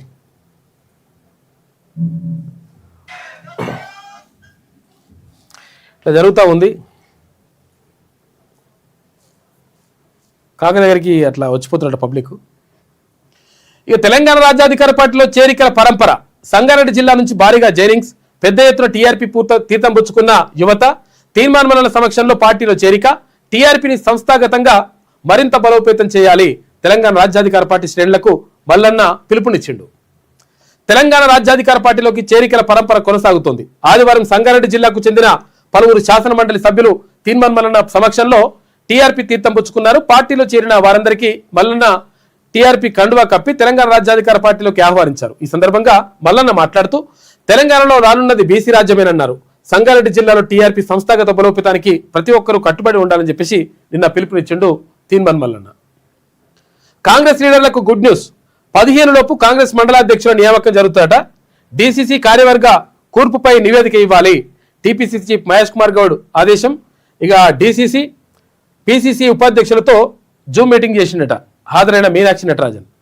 ఇక వెనిజులా అధ్యక్షురాలిగా డెల్సీ వెనిజులా సుప్రీంకోర్టు కీలక ఉత్తర్వులు ఇచ్చింది. పాలనను గాడిలో పెట్టేందుకే డెల్సీ రోడ్రిగ్జ్ను నియమించినట్లు వెల్లడి. ప్రస్తుతం వెనిజులా ఉపాధ్యక్షురాలుగా ఆమె డెల్సీ ఉంది. ఇక హరీష్ రావు గుంటనక్క అసెంబ్లీ సమావేశాలను బహిష్కరించడం దారుణం. నదీ జలాలపై చర్చ జరుగుతుంటే ప్రతిపక్షం ఎక్కడికి పోయింది? తెలంగాణ ప్రజలను అవమానిస్తున్నారు. బీఆర్ఎస్ను ఎవరూ కాపాడలేరు అని చెప్పేసి ఎమ్మెల్సీ కల్వకుంట్ల కవిత అంటున్నది. కాంగ్రెస్ని ఏం చేసినా తప్పులేదు, పాలమూరుకు మరణ శాసనం రాసింది ఆ పార్టీ అని చెప్పేసి ఎవరు హరీష్ రావు అంటున్నాడు. తెలంగాణను కమ్మేసిన పొగమంచు రానున్న 3 రోజులు తీవ్ర ప్రభావం ఉంటుందట. ఊటిని తలపిస్తున్న కొన్ని ప్రాంతాలు ఉదయం 9 దాటినా కనబడని సూర్యరశ్మి.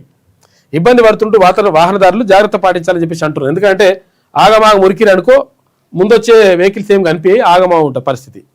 కేరళలో భారీ అగ్ని ప్రమాదం జరిగింది. తిల్లూరు రైల్వే స్టేషన్ పార్కింగ్లో ఘటన. దాదాపు 400 బైకులు దగ్ధమైనట. పాపం పరిస్థితి అదుపులోకి తీసిన అగ్నిమాపక సిబ్బంది ఎలాంటి ప్రాణ నష్టం జరగలేదట.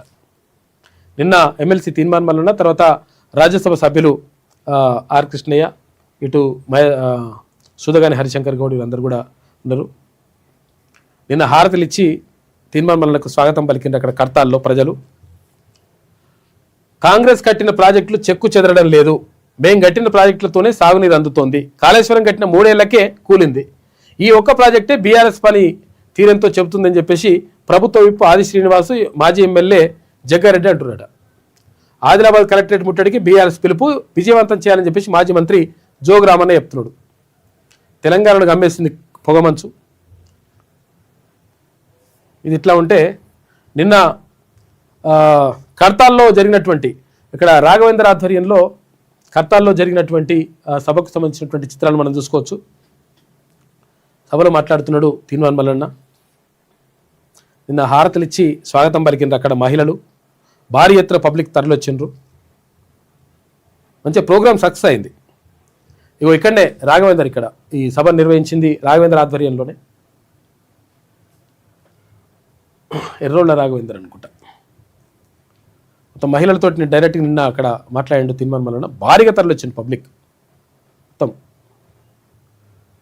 అభినందన సభ పెట్టిండ్రు. ఇది శనార్థిలో ఉన్నటువంటి ప్రధాన కథనాలు అయితే ఒకసారి గీమేమంటుందో చూద్దాం. విమానాల్లో పవర్ బ్యాంక్ వాడొద్దని చెప్పేసి చెప్తా ఉన్నారు. ఎందుకంటే పవర్ బ్యాంక్ వాడితే పూసుకుని వేలిందనుకో ఆగమాగమవుతుందని చెప్తున్నట. కొత్త నిబంధన తెచ్చిరు. ఇక పరాధీన ప్రభుత్వం తెలంగాణకు మరణ శాసనం, పాలమూరుకు తయారీ కాంగ్రెస్, బాబు ప్రయోజనాలే పరమావధి, మన ప్రాజెక్టులు జలసమాధి, రేవంత్ సర్కార్ తీరిదే అని చెప్పేసి ఇవన్నీ విషయాలు ఏడే చెప్పాలి. నువ్వు అసెంబ్లీకి పోయి చెప్తే మంచిగా ఉంటుంది. నమ్ముతారా నమ్మరా అని తర్వాత పక్కకు పెడితే అసెంబ్లీలో మాట్లాడాలి. టీఆర్ఎస్ భవన్లో కూర్చొని మాట్లాడితే మీరు ఓడిపోయిన ఎమ్మెల్యేలు ఏమన్నా గెలిపించి పంపించారు కదా మిమ్మల్ని అసెంబ్లీలో మాట్లాడాలని. టీఆర్ఎస్ భవన్లో కూర్చోవాలంటే ఓడిపోయినా ఏం కాదు, పోటీ చేయకున్నా కానీ టీఆర్ఎస్ భవన్లో మాట్లాడవచ్చు, ప్రాబ్లం లేదు. శ్రీశైలం దారాదత్తం చేసేందుకే కుట్ర, అందుకే జూరాలపై జూట, కమిషన్ల దాహంతో కాంగ్రెస్ ద్రోహం, పీపీటీలో ఎండగట్టిన హరీష్. తెలంగాణను ముంచుతున్న జలద్రోహి రేవంత్ అని చెప్పేసి ఇక్కడ కేటీ రామారావు అంటున్నాడు. అధికార మదంతో విర్రవేగుతున్న సీఎం, ఆ అక్కస్తోనే కేసీఆర్పై బలుపు మాటలు, కాంగ్రెస్ వల్లే రాష్ట్రానికి తీరని అన్యాయం, తరతరాలుగా దగ, అడుగడుగున మోసం, ప్రజలకిచ్చిన మాట తప్పిన రాహుల్, రేవంత్ రెడ్డిలను ఎన్నిసార్లు ఉరిదీయాలి అని చెప్పేసి బీఆర్ఎస్ వర్కింగ్ ప్రెసిడెంట్ అంటున్నాడు. రాలేరు చూడు. 42% రిజర్వేషన్కి సంబంధించి బీసీల కోసం మాట్లాడింది, నిరుద్యోగుల కోసం మాట్లాడింది రాలేరు. వీళ్ళే రాసుకోలేదు చూడు. అట్లుంటుందన్నట్టు లెక్క. అది చమురుపైనే చూపుతామని చెప్పేసి ఇట్లుంటుందంట లెక్క. ఏది అమెరికా అనిచ్చేది అంధకారం, వెనుజులాలో కరెంటు కట్ అయిందంట. రేవంత్ గాలి తీసిన ఏపీ సర్కార్. 2020లోనే రాయలసీమ లిఫ్ట్ పనులు నిలిపివేత. పీసీబీ బదిలీల్లో షాడో మంత్రి. కాలుష్య నియంత్రణ మండలిలో ప్రమోషన్ల పొల్యూషన్ అంట, సిబ్బంది రగడ. అటు గండి ఇటు ఎండి. 3 నెలల క్రితం ఎస్ఆర్ఎస్పీ వరద కాలువకు గండి కొట్టినట. ఒక్క తలకాయ నేను నరకలేనా, ఎవరైనా టికెట్లకు అడ్డం పడితే నరికి పారేస్తాం, ఆధిపత్యం చూపిస్తే మెడబట్టి గెంటేయండి. కార్యకర్తలతో జీవన్ రెడ్డి రెచ్చగొట్టే వ్యాఖ్యలు ఫిరాయింపు ఎమ్మెల్యేలను ఉద్దేశించినవేనా అని చెప్పేసి ఇట్లా మాట్లాడినట్టుగా ఏమి రాసుకొచ్చింది. ఇంతే దగ్గర ఉన్నది. మొత్తం మీద కావాల్సింది ఏంది అంటే బీఆర్ఎస్ పార్టీ చేయాల్సిందంటే ప్రధాన ప్రతిపక్షం కాబట్టి అసెంబ్లీలకు పోయి మాట్లాడితే మంచిగా ఉంటుంది. మీరు మాట్లాడుకుంటుంటే వాళ్ళు చెప్పిందే కరెక్ట్ అయిపోతుంది. అధికార పక్షం చెప్పిందే కరెక్ట్ కావద్దు, ప్రజల పక్షాన మాట్లాడతాం, ప్రజల సమస్యలు పట్టించుకుంటాం అంటే అక్కడ పోయి మాట్లాడాలి. కేటీ రామారావు నిన్న మాట్లాడితే ఏమైపోయా, ఏది 42% రిజర్వేషన్ దాని మీద మాట్లాడాలి. మీరు సభ పెడతా అంటే అది అటేవా, ఏది కరీంనగర్లో. తర్వాత కాంగ్రెస్ కూడా సభ పెడతా అన్నది, ఏది కామారెడ్డి డిక్లరేషన్. అందులో ఒక్క హామీని కూడా నెరవేర్చకుండా కామారెడ్డి డిక్లరేషన్ చేస్తా అన్నది, అది కూడా అవతల పడ్డది. కాబట్టి మనము ఆలోచించుకోవాల్సింది ఏంటంటే మనం ఎక్కడ ఉండాలి, ఎవరు ఏ పార్టీ ఎట్లా చేస్తుంది, వాళ్ళ వెనుక ఉన్నటువంటి ఎజెండా ఏంది, ముందర ఏం చెప్తున్నారు, వెనక ఏం చేస్తున్నారు, ఆ విషయాన్ని మనం గమనిస్తే బరాబర్ లెక్క సెట్ అవుతుంది.